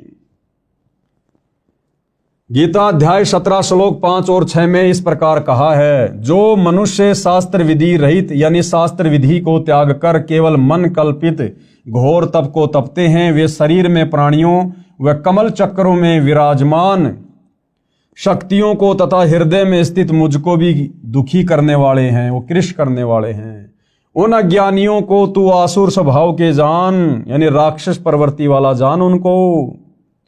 उपरोक्त गीता शास्त्र के उल्लेख से स्पष्ट हो जाता है कि इक्ष्वाकु वंशी नाभिराज तक यानी सत्य युग में लगभग 1 लाख वर्ष तक वेदों यानी गीता वाले ज्ञान अनुसार पूजा की जाती थी। यानी सतयुग में जिस समय अयोध्या के राजा नाभिराज थे, उस समय शास्त्रों के अनुसार साधना की जाती थी। लेकिन नाभिराज के बाद जब अयोध्या के राजा ऋषभ देव जी बने, तो ऋषभ देव जी ने ये चारों वेदों वाली साधना को त्याग दिया था और मनमाना आचरण करना शुरू कर दिया था। उपरोक्त गीता शास्त्र के उल्लेख से स्पष्ट हो जाता है कि इक्ष्वाकु वंशी नाभिराज तक यानी सतयुग में लगभग 1,00,000 वर्ष तक वेदों यानी गीता वाले ज्ञान अनुसार पूजा की जाती थी। उसके पुत्र ऋषभदेव जी से यानी नाभिराज के पुत्र ऋषभदेव जी से शास्त्र विधि त्याग कर मनमाना आचरण प्रारंभ हुआ। यानी जैन भाई जिसे अपना प्रथम तीर्थकर कहते हैं ऋषभदेव, उस ऋषभदेव ने सतयुग से ही चारों वेदों वाली साधना को छोड़कर मनमुखी साधना शुरू कर दी थी। तो गुरुदेव भगवान का कहने का मतलब है कि जब तुम्हारे प्रथम तीर्थकर ऋषभदेव ने सतयुग में ही मनमाना आचरण करना शुरू कर दिया था, जिस भक्ति के करने से ना सिद्धि मिलती है, ना रिद्धि मिलती है, ना सुख होता है, ना मोक्ष होता है, तो वर्तमान के जैन भाई महावीर स्वामी को अपना परमात्मा मानकर भगवान मानकर जो साधना कर रहे हैं, उस साधना से तो जैन समाज के भाई बंधु लाख जन्म भी सुख और मोक्ष प्राप्त नहीं कर सकते। और श्री महावीर स्वामी जी तो वैसे ही 363 और नए नए पाखंड मत चलाकर चले गए, जैसे नंगा रहना, मुंह के ऊपर पट्टी बांधना, नंगे पैर रहना, ये इस प्रकार के 363 पाखंड मत चलाकर चले गए थे। सूर्य अस्त होने से पहले भोजन कर लेना, प्याज लहसुन का प्रयोग नहीं कर लेना, ये पाखंड मत में आते हैं जो महावीर स्वामी जी ने शुरू किए। और सनातनी पूजा का अंत हुआ, यानी सतयुग में जब से ऋषभदेव जी ने शास्त्र विधि को त्याग कर मनमानी साधना शुरू की, उसी समय से सनातनी पूजा का अंत हुआ, उसी समय से सनातनी पूजा समाप्त हो गई थी। श्री ऋषभदेव जी की पूजा यानी घोर तप करना वेदों के अनुसार साधना नहीं है, इसलिए ऋषभदेव जी की भक्ति शास्त्र विधि त्याग कर मनमाना आचरण था, जिससे उनका जीवन नष्ट हो गया था। यानी ऋषभदेव जी 84 लाख योनियों में चले गए फिर गधे कुत्ते सुअर बनने के लिए, उनका मोक्ष नहीं हुआ। प्रमाण श्रीमद् भागवत सुधा सागर सुख सागर उस पुराण में इस प्रकार है। क्या लिखा हुआ है? एक समय ऋषभदेव जी मुख में पत्थर का टुकड़ा लेकर नग्न अवस्था में वन में घूम रहे थे। जंगल में आग लग गई, उस दावानल में ऋषभदेव जी जलकर मर गए। यह पौराणिक कथा है। क्या ये गति यानी मुक्ति हो गई? उसी समय से ये शास्त्र विधि त्याग कर मनमाना आचरण सब ऋषि जन करने लगे।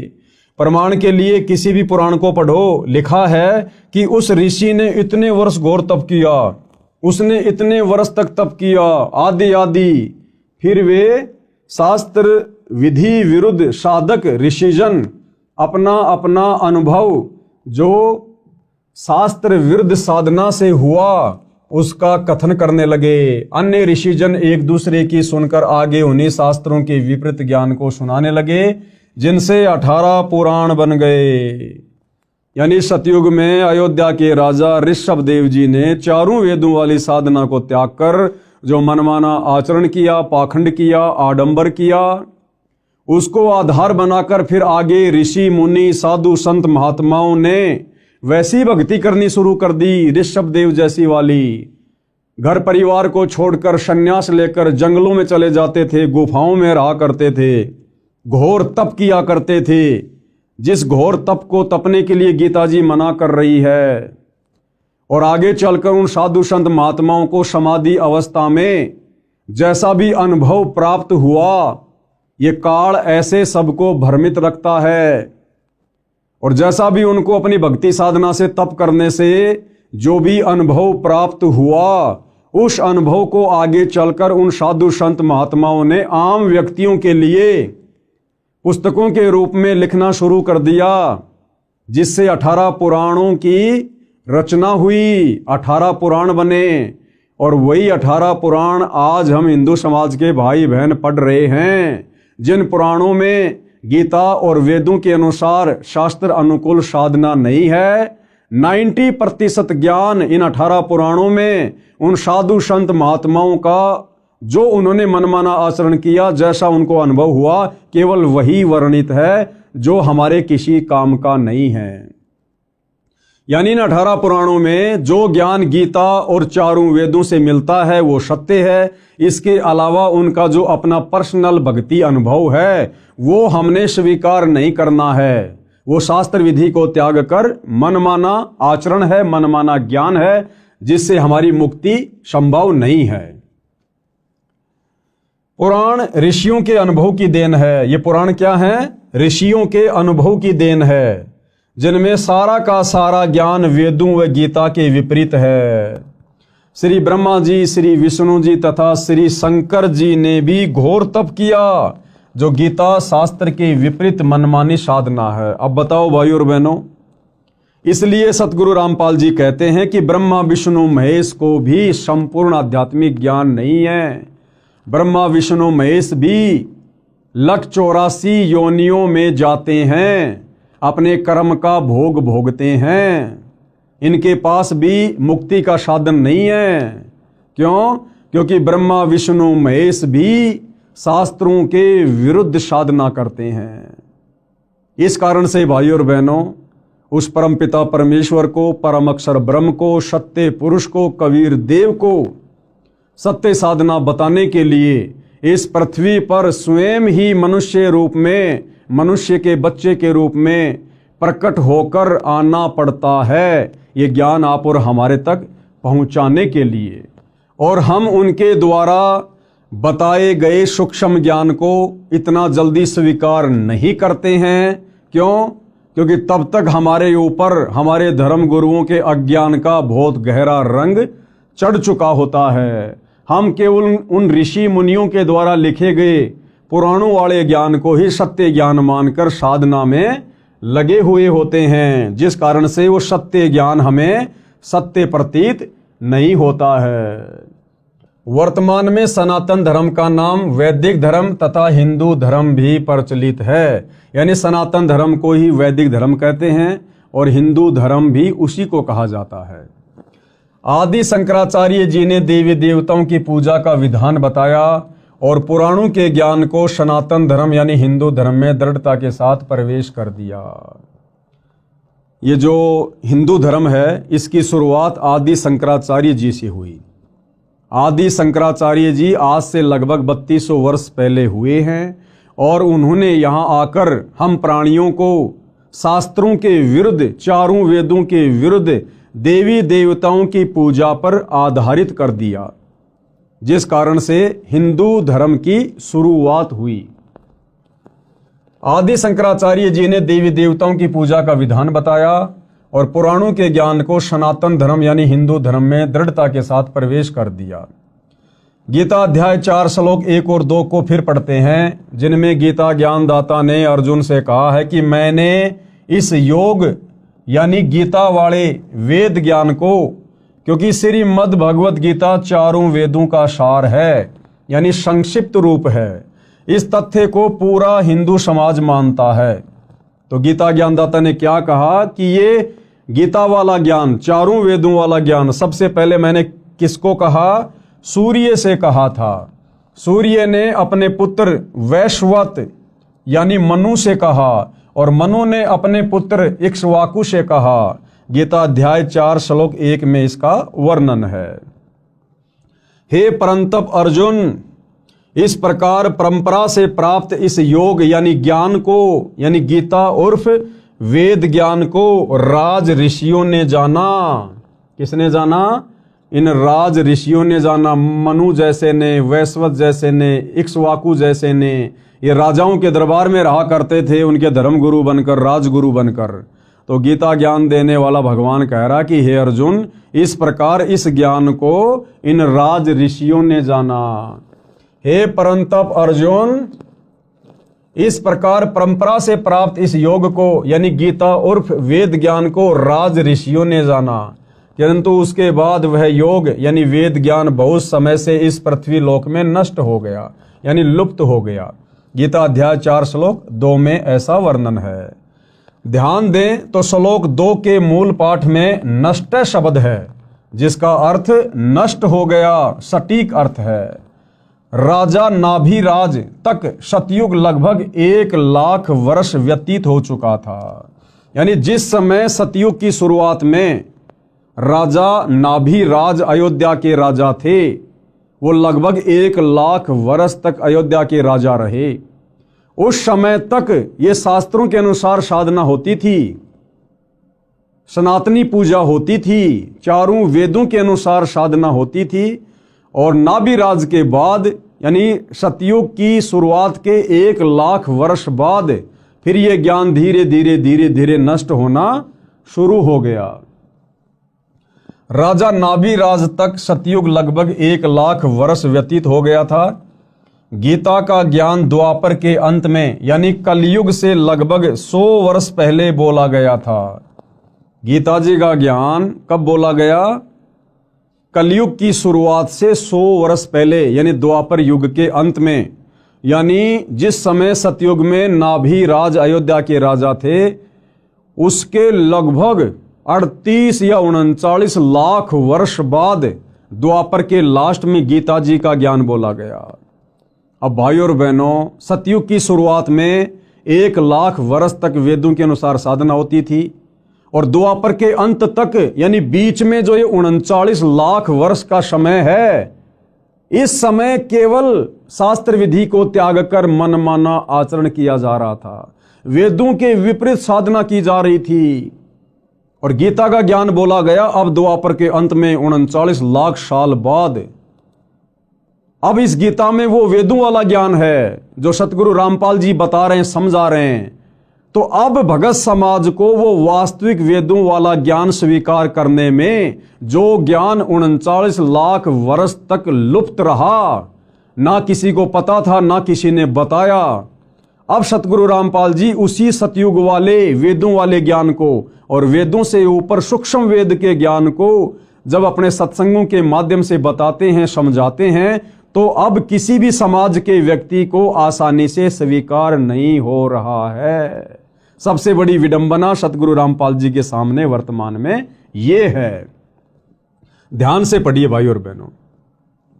राजा नाभिराज तक सतयुग लगभग 1,00,000 वर्ष व्यतीत हो गया था।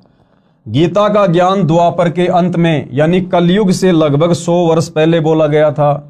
गणित की रीति से नाभिराज के बाद यह गीता का ज्ञान 37,87,900 वर्ष बाद बोला गया है।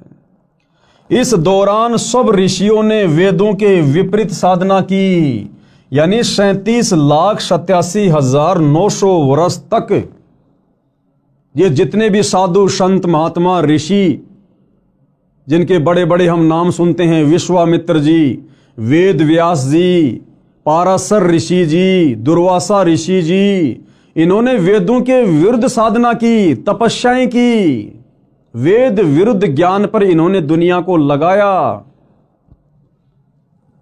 गणित की रीति से नाभिराज के बाद यह गीता का ज्ञान 37,87,900 वर्ष बाद बोला गया है। इस दौरान सब ऋषियों ने वेदों के विपरीत साधना की, जिसका प्रमाण तथा परिणाम 18 पुराण है। यानी इन 18 पुराणों में इन साधु संत महात्माओं ऋषियों की जो अपनी थ्योरी है, इन्होंने जो मनमानी साधना की और समाधि अवस्था में जैसा इनको अनुभव हुआ परमात्मा के विषय में, भक्ति के विषय में, उसी का वर्णन इन्होंने पुस्तकों के माध्यम से कर दिया, जिसको 18 पुराण कहा जाता है। यानी 18 पुराणों में कंप्लीट ज्ञान नहीं है, वेदों वाला ज्ञान भी नहीं है, गीता वाला ज्ञान भी नहीं है। ऋषि विशेष के अनुभव ज्यादा हैं जो हमारे किसी काम के नहीं हैं। पुराणों में कोई भी साधना गीता यानी वेदों के अनुसार नहीं है। इन पुराणों में कोई भी साधना वेद या गीता के अनुसार नहीं है। यहां केवल 2 शब्द लिख रहा हूं ताकि बुद्धिमान संकेत समझें। विस्तार से इस पुस्तक में आगे लिखा है। यानी सतगुरु रामपाल जी कहना ये चाहते हैं कि भाई, अगर आपने सत्य आध्यात्मिक ज्ञान समझना है, आपने वेदों वाला ज्ञान और वेदों से ऊपर सूक्ष्म वेद का ज्ञान समझना है, अपने मनुष्य जन्म को भक्ति करके सफल करना है, अपना मोक्ष करवाना है, दुखों से छुटकारा प्राप्त करना है, और जब तक हम यहाँ रहेंगे तब तक आपको सुख प्राप्त करना है, तो आपने बहुत ही धैर्य पूर्वक इस सत्य ज्ञान को जो वर्तमान में सतगुरु रामपाल जी के द्वारा बताया जा रहा है, समझाया जा रहा है सत्संगों के माध्यम से या पुस्तकों में लिखकर, उसको बहुत ही धैर्य पूर्वक और निष्पक्ष होकर सुनने और समझने की आवश्यकता है। प्रमाण गीता के विपरीत साधना का गीता अध्याय 9 श्लोक 25 में कहा है कि जो पितर पूजता है पितरों को प्राप्त होगा। गीता अध्याय 9 श्लोक 25 में लिखा है कि जो व्यक्ति पितरों की पूजा करता है वो पितरों को प्राप्त होगा। यानी हम जो अपने बाप दादाओं के श्राद्ध निकालते हैं, ये पितृ पूजा है, ये भूत पूजा है। हमारे पूर्वज शास्त्रों के विरुद्ध साधना करके वो पितृ बन गए, जिनके हम श्राद्ध निकाल रहे हैं वो भूत बने हुए हैं। तो यदि हम गीता अध्याय 9 श्लोक 25 के अनुसार पितृ पूजा करेंगे, भूतों की पूजा करेंगे, श्राद्ध निकालेंगे, समाधि पूजेंगे, तो हम अपने पूर्वजों के पास चले जाएंगे जो भूत बने हुए हैं, जो पितृ बने हुए हैं।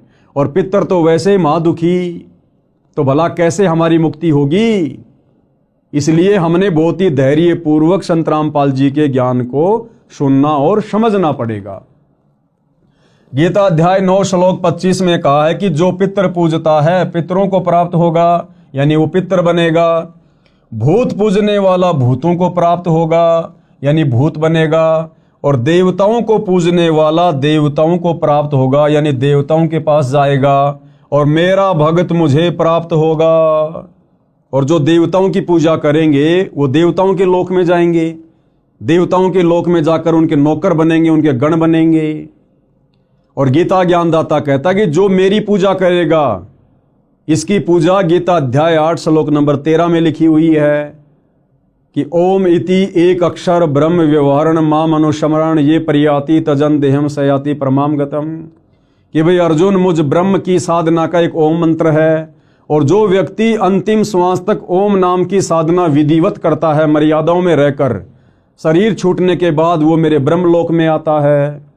और गीता अध्याय 8 श्लोक नंबर 16 में ब्रह्म कह रहा है कि मेरे लोक में आने वाला भी वापस नीचे जाता है, नरक भोगता है, 84 में जाता है। यानी पूर्ण मुक्ति ब्रह्म के ब्रह्मलोक में भी नहीं है। देवताओं को पूजने वाला देवताओं को प्राप्त होगा, यानी देवताओं के पास जाएगा।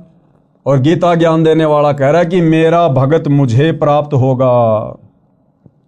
यदि पवित्र हिंदू धर्म की पूजाओं पर दृष्टि दौड़ाई जाए, यानी वर्तमान में हिंदू समाज जो भक्ति साधना कर रहा है, हमारे ये जितने भी धर्म गुरु हैं, शंकराचार्यों से लेकर छोटे मोटे संत महंत मंडलेश्वर, ये जो साधना हमसे करवा रहे हैं, तो पता चलता है कि लगभग पूरा हिंदू समाज पितृ पूजा, भूत पूजा, देवी देवताओं की पूजा करता है, जो शास्त्र विधि त्याग कर मनमाना आचरण होने से गीता अध्याय 16 श्लोक 23 के अनुसार व्यर्थ प्रयत्न है। यानी वर्तमान हिंदू समाज में जो साधना प्रचलित है, उस साधना के करने से हमें किसी भी प्रकार से रिद्धि सिद्धि या मोक्ष प्राप्त सौपन में भी नहीं हो सकता है। सनातनी पूजा का पुनः उत्थान अब सतगुरु रामपाल जी के प्रयासों से, उनके भक्तों के द्वारा दिन रात उनकी पुस्तकों का, उनके सत्संगों का जो प्रचार प्रसार किया जा रहा है, जिस ज्ञान को आम समाज में उतारा जा रहा है, तो ये सतगुरु रामपाल जी का एक प्रयास है कि दोबारा से सनातनी पूजा का उत्थान किया जाए। यानी दोबारा से लोगों को वेदों की ओर लेकर जाया जाए। ये बाकी जितने भी लोग सनातन की बात करते हैं, सनातनी होने की बात करते हैं, सनातन का झंडा लेकर कहीं भी खड़े हो जाते हैं, रैलियां निकालते हैं, इन लोगों को तो सनातन के सह का भी ज्ञान नहीं है, सह का भी, कि सनातन होता क्या है। असल में सनातनी पूजा का उत्थान, यानी सनातन धर्म में सनातनी पूजा को सतगुरु रामपाल जी पुनः खड़ा करने में लगे हुए हैं। अब ये बात उनके सत्संग सुनने से और इन पुस्तकों को अच्छे से देखने, सुनने और पढ़ने से समझ में आएगी। सनातनी पूजा का उत्थान, मैं यानी लेखक कौन? सतगुरु रामपाल जी। मैं तथा 90% मेरे अनुयायी हिंदू हैं। हमने शास्त्र विधि रहित साधना त्याग दी, यानी जो साधना शास्त्रों में नहीं है, वेदों में नहीं है, जिस भक्ति के करने का विधान शास्त्रों में नहीं है, ना गीता में ना वेदों में, जैसे राधे राधे श्याम मिला दे, ओम नमो भागवते वासुदेवाय नमः, ये व्रत रखना, पितृ पूजना, श्राद्ध निकालना, समाधि पूजना, कावड़ लेके आना, पैदल यात्रा करना, मंदिरों को पूजना, मस्जिदों को पूजना, इस प्रकार की जो साधना है वो सतगुरु रामपाल जी के पंथ में उनका कोई भी अनुयायी नहीं करता है, क्योंकि ये सभी प्रकार की पूजा साधना शास्त्र विधि को त्याग कर मनमाना आचरण है। मैं यानी सतगुरु रामपाल जी तथा 90% मेरे अनुयायी हिंदू हैं। हमने शास्त्र विधि रहित साधना त्याग दी है, शास्त्रों को अच्छी तरह पढ़ा व समझा है, उसके पश्चात शास्त्रोक्त साधना प्रारंभ की है। कि हम लोगों ने ये देखा देखी में भक्ति शुरू नहीं की है। हम सतगुरु रामपाल जी के जितने भी फॉलोवर हैं, हम लोग कोई अनपढ़ गवार मूर्ख नहीं है, बहुत अच्छे पढ़े पढ़े लोग हैं। और हमने ये भक्ति साधना सतगुरु रामपाल जी से आंख बंद करके स्वीकार नहीं की है। सतगुरु रामपाल जी ने प्रोजेक्टर पर, टीवी चैनलों पर सौ प्रमाण दिए हैं, गीता से, वेद से, कुरान से, पुराण से, सभी धर्म ग्रंथों से, और साबित किया है कि जो साधना वर्तमान में उनके पास है वो पृथ्वी पर किसी अन्य साधु संत महात्मा के पास नहीं है। इसलिए हम लोगों ने अपनी आंखों से सौ प्रमाण देखकर सतगुरु रामपाल जी की शास्त्र अनुकूल सत्य साधना ग्रहण की है, जो कि सर्व शास्त्रों से प्रमाणित है। वह इस प्रकार है। गीता अध्याय 4 श्लोक 34 को भी पढ़ें, जिसमें कहा है कि उस ज्ञान को, सूक्ष्म वेद वाले ज्ञान को तू तत्वदर्शी संतों के पास जाकर प्राप्त कर।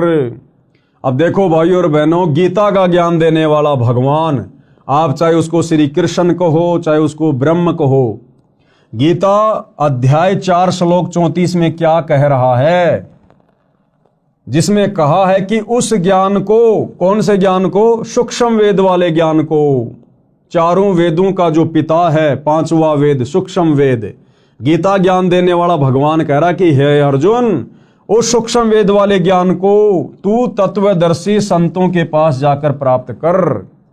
अब विचार करो भाई और बहनों, जब गीता का ज्ञान देने वाला भगवान अपने हाथ खड़े कर रहा है कि हे अर्जुन, उस सूक्ष्म वेद वाले ज्ञान को, उस तत्व ज्ञान को, जिससे पूर्ण मुक्ति होगी, पूर्ण मोक्ष होगा, कभी 84 में नहीं जाना पड़ेगा, उस ज्ञान को अर्जुन तू किसी तत्वदर्शी संतों के पास जाकर समझ। यानी वो वास्तविक ज्ञान, सूक्ष्म वेद वाला ज्ञान, मुक्ति का ज्ञान गीता ज्ञान देने वाले भगवान के पास भी नहीं है। अन्यथा उस ज्ञान की प्राप्ति के लिए अर्जुन को तत्वदर्शी संतों की शरण में जाने को नहीं बोलता। अगर गीता ज्ञान दाता के पास वो ज्ञान होता, अगर गीता ज्ञान देने वाला भगवान तत्वदर्शी होता, तो कह देता कि अर्जुन ले बैठ सामने, मैं तेरे को सत्संग करके सुनाता हूं वो ज्ञान। लेकिन गीता ज्ञान दाता ने स्पष्ट कर दिया कि भाई वो ज्ञान मेरे पास भी नहीं है जिससे पूर्ण मोक्ष हो जाए, पूर्ण मुक्ति हो जाए, जन्म मरण सदा के लिए समाप्त हो जाए, ये जीवात्मा मुक्त होकर सनातन परम धाम सतलोक में चली जाए। कहते हैं उसके लिए तू किसी तत्वदर्शी संत के पास जा। और भाई और बहनों, वो तत्वदर्शी संत जिसकी तरफ संकेत गीता ज्ञान देने वाला भगवान गीता अध्याय 4 श्लोक 34 में कर रहा है, वर्तमान में निसंदेह इस पृथ्वी पर सतगुरु रामपाल जी हैं, जिन्होंने चारों वेदों को, गीता जी को, कुरान, बाइबल, तौरेत, जबूर, इंजिल, हदीसें, गुरु ग्रंथ साहिब, 18 पुराण, सभी धर्मों के सभी शास्त्रों का निचोड़ निकाल के रख दिया है। जो निचोड़, जो निष्कर्ष हमारे धर्म के धर्म गुरु लाखों वर्षों से नहीं निकाल पाए, समाज को नहीं दे पाए, वो निष्कर्ष अध्यात्म का, भक्ति का इन्हीं धर्मशास्त्रों से सतगुरु रामपाल जी ने निकाल कर अपने सत्संगों में डाल दिया है, अपनी पुस्तकों में लिख दिया है। अब यदि आवश्यकता है तो उनके सत्संग सुनने की, उनके कर कमल से लिखित पुस्तकों को धैर्यपूर्वक पढ़ने की। तो क्या कहा जा रहा है, गीता अध्याय 4 श्लोक 34 को भी पढ़ें, जिसमें कहा है कि उस ज्ञान को, यानी सूक्ष्म वेद वाले ज्ञान को तू तत्वदर्शी संतों के पास जाकर प्राप्त कर। विचारणीय विषय यह है कि तत्व ज्ञान गीता में नहीं है। भाइयों और बहनों, अगर गीता में वो तत्व ज्ञान होता तो गीता ज्ञान देने वाला भगवान ये कभी भी नहीं कहता कि अर्जुन तू उस ज्ञान को तत्वदर्शी संतों के पास जाकर प्राप्त कर। इसलिए यहां पर क्या कहा गया है, इसलिए यहां पर कहा जा रहा है कि विचारणीय विषय यह है कि तत्व ज्ञान गीता में नहीं है।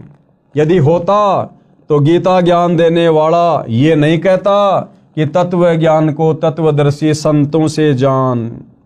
तत्वदर्शी संत के अभाव में मानव समाज मनमाना आचरण करके अपना मानव जीवन नष्ट कर रहा है। इस तत्व ज्ञान के अभाव में सतगुरु रामपाल जी को सतगुरु धारण ना करने के कारण, उनके प्रवचन सत्संग ना सुन पाने के कारण ये भगत समाज अपने अनमोल मनुष्य जीवन को वर्तमान में बर्बाद कर रहा है।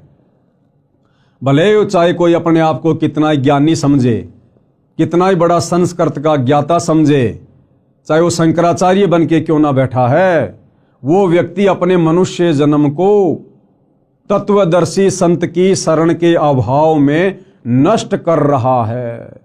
और भाई और बहनों, जब ये ज्ञान गीता ज्ञान देने वाले भगवान के पास नहीं है तो यहां के शंकराचार्यों के पास में कहां से आ जाएगा। और शंकराचार्यों के पास नहीं है तो आम हिंदू समाज में ये ज्ञान कहां से आ जाएगा। तो सब लोग शास्त्र विधि को त्याग कर मनमाना आचरण करने में लगे हुए हैं, जिसका नतीजा अंत में नरक भोगना पड़ेगा। 184 योनियों में गधे कुत्ते सूअर के शरीरों में कष्ट उठाना पड़ेगा और युगो युगो यूं ही भूत प्रेत पितर बनकर भटकना पड़ेगा। जब गीता अध्याय 4 श्लोक 34 वाला तत्वदर्शी संत मिल जाता है, वह संपूर्ण अध्यात्म ज्ञान बताता है, जिसको सुन समझकर बुद्धिमान अपनी साधना शास्त्रों के अनुसार करता है, जीवन धन्य कर लेता है, एक धर्म यानी मानव धर्म बन जाता है। और सतगुरु रामपाल जी का नारा है, जब आप उनके कर कमल से लिखित पवित्र पुस्तक ज्ञान गंगा को पढ़ेंगे तो ज्ञान गंगा पुस्तक को खोलने से पहले ऊपर कवर पर लिखा है कि जीव हमारी जाति है और मानव धर्म हमारा। कौन सा? मानव। जीव हमारी जाति है, मानव धर्म हमारा। हिंदू मुस्लिम सिख ईसाई धर्म नहीं कोई न्यारा। संत गरीबदास जी, गांव छुडानी, जिला झज्जर, हरियाणा, भारत ने अपनी अमृतवाणी में कहा है कि गरीब ऐसा निर्मल नाम है, निर्मल करे शरीर, और ज्ञान मंडलीक हैं चकवे ज्ञान कबीर। आदरणीय गरीबदास जी को जब कबीर परमात्मा यानी परम अक्षर ब्रह्म सत्य पुरुष मिले, उनको सतलोक दिखाया, उनको ज्ञान दिया, उनका ज्ञान योग खोला, तो अपने परमपिता परमेश्वर कबीर साहिब की महिमा करते हुए, उनके तत्व ज्ञान का बखान करते हुए गरीबदास जी ने अपनी वाणी में क्या कहा है? गरीब ऐसा निर्मल ज्ञान है कि उस कबीर परमात्मा का ज्ञान ऐसा निर्मल है, ऐसा प्यारा है। निर्मल करे शरीर, यानी जब हम उसके ज्ञान को ग्रहण करके, उनकी शरण ग्रहण करके, उनके द्वारा बताई गई साधना करेंगे तो हमारा शरीर निर्मल होता चला जाएगा, हमारे पाप कर्म उस साधना के करने से कटते चले जाएंगे। और ज्ञान मंडलीक है, उस कबीर परमात्मा के तत्व ज्ञान के अलावा और पृथ्वी पर जो भी ज्ञान है किसी भी साधु संत महात्मा का, कहते हैं वो तो मंडलीक है। मंडलीक यानी क्षेत्रीय ज्ञान है। और ज्ञान मंडलीक है चकवे ज्ञान कबीर। और कबीर जी का जो तत्व ज्ञान है, शास्त्र अनुकूल ज्ञान है, वो तो चकवे यानी जैसे चक्रवर्ती राजा होता है, पूरी पृथ्वी पर उसका साम्राज्य होता है, तो कबीर जी का जो तत्व ज्ञान है उसको चकवे ज्ञान की संज्ञा दी गई है। यानी सारी सृष्टि में केवल कबीर जी का ही ज्ञान सत्य है। अर्थात संत गरीबदास जी ने कहा है कि सच्चा नाम ऐसा कारगर है जो आत्मा को निर्मल कर देता है। अध्यात्म ज्ञान शरीर के कष्ट भी दूर करता है। कबीर साहिब का अध्यात्म ज्ञान चकवे चक्रवर्ती यानी ऑलराउंडर है। अन्य ज्ञान मंडलिक यानी क्षेत्रीय यानी लोक वेद है। संत गरीबदास जी को 10 वर्ष की आयु में परमात्मा सर्वोपरि लोक सनातन परम धाम यानी सत्यलोक से आकर गांव छुडानी जिला झज्जर हरियाणा प्रांत में मिले थे। उनकी आत्मा को ऊपर ले गए जहां परमात्मा रहते हैं। अब भाई और बहनों, वो परमात्मा कौन है, वो दिखने में कैसा है, उस परमात्मा की भक्ति क्या है, उस परमात्मा की प्राप्ति कैसे होगी, इन समस्त बातों का जिक्र हम इस पवित्र पुस्तक हिंदू साहिबान नहीं समझे गीता वेद पुराण इसके अगले एपिसोड यानी वीडियो नंबर 2 में समझेंगे। फिलहाल भाई और बहनों, इस पुस्तक की भूमिका पर हम वीडियो बना रहे हैं। इस पुस्तक का वास्तविक ज्ञान भूमिका समाप्त होने के बाद शुरू होगा। तो सभी से हाथ जोड़कर विनती है, प्रार्थना है, धैर्य पूर्वक आप जी इस पुस्तक पर बन रहे वीडियो को देखते रहिए।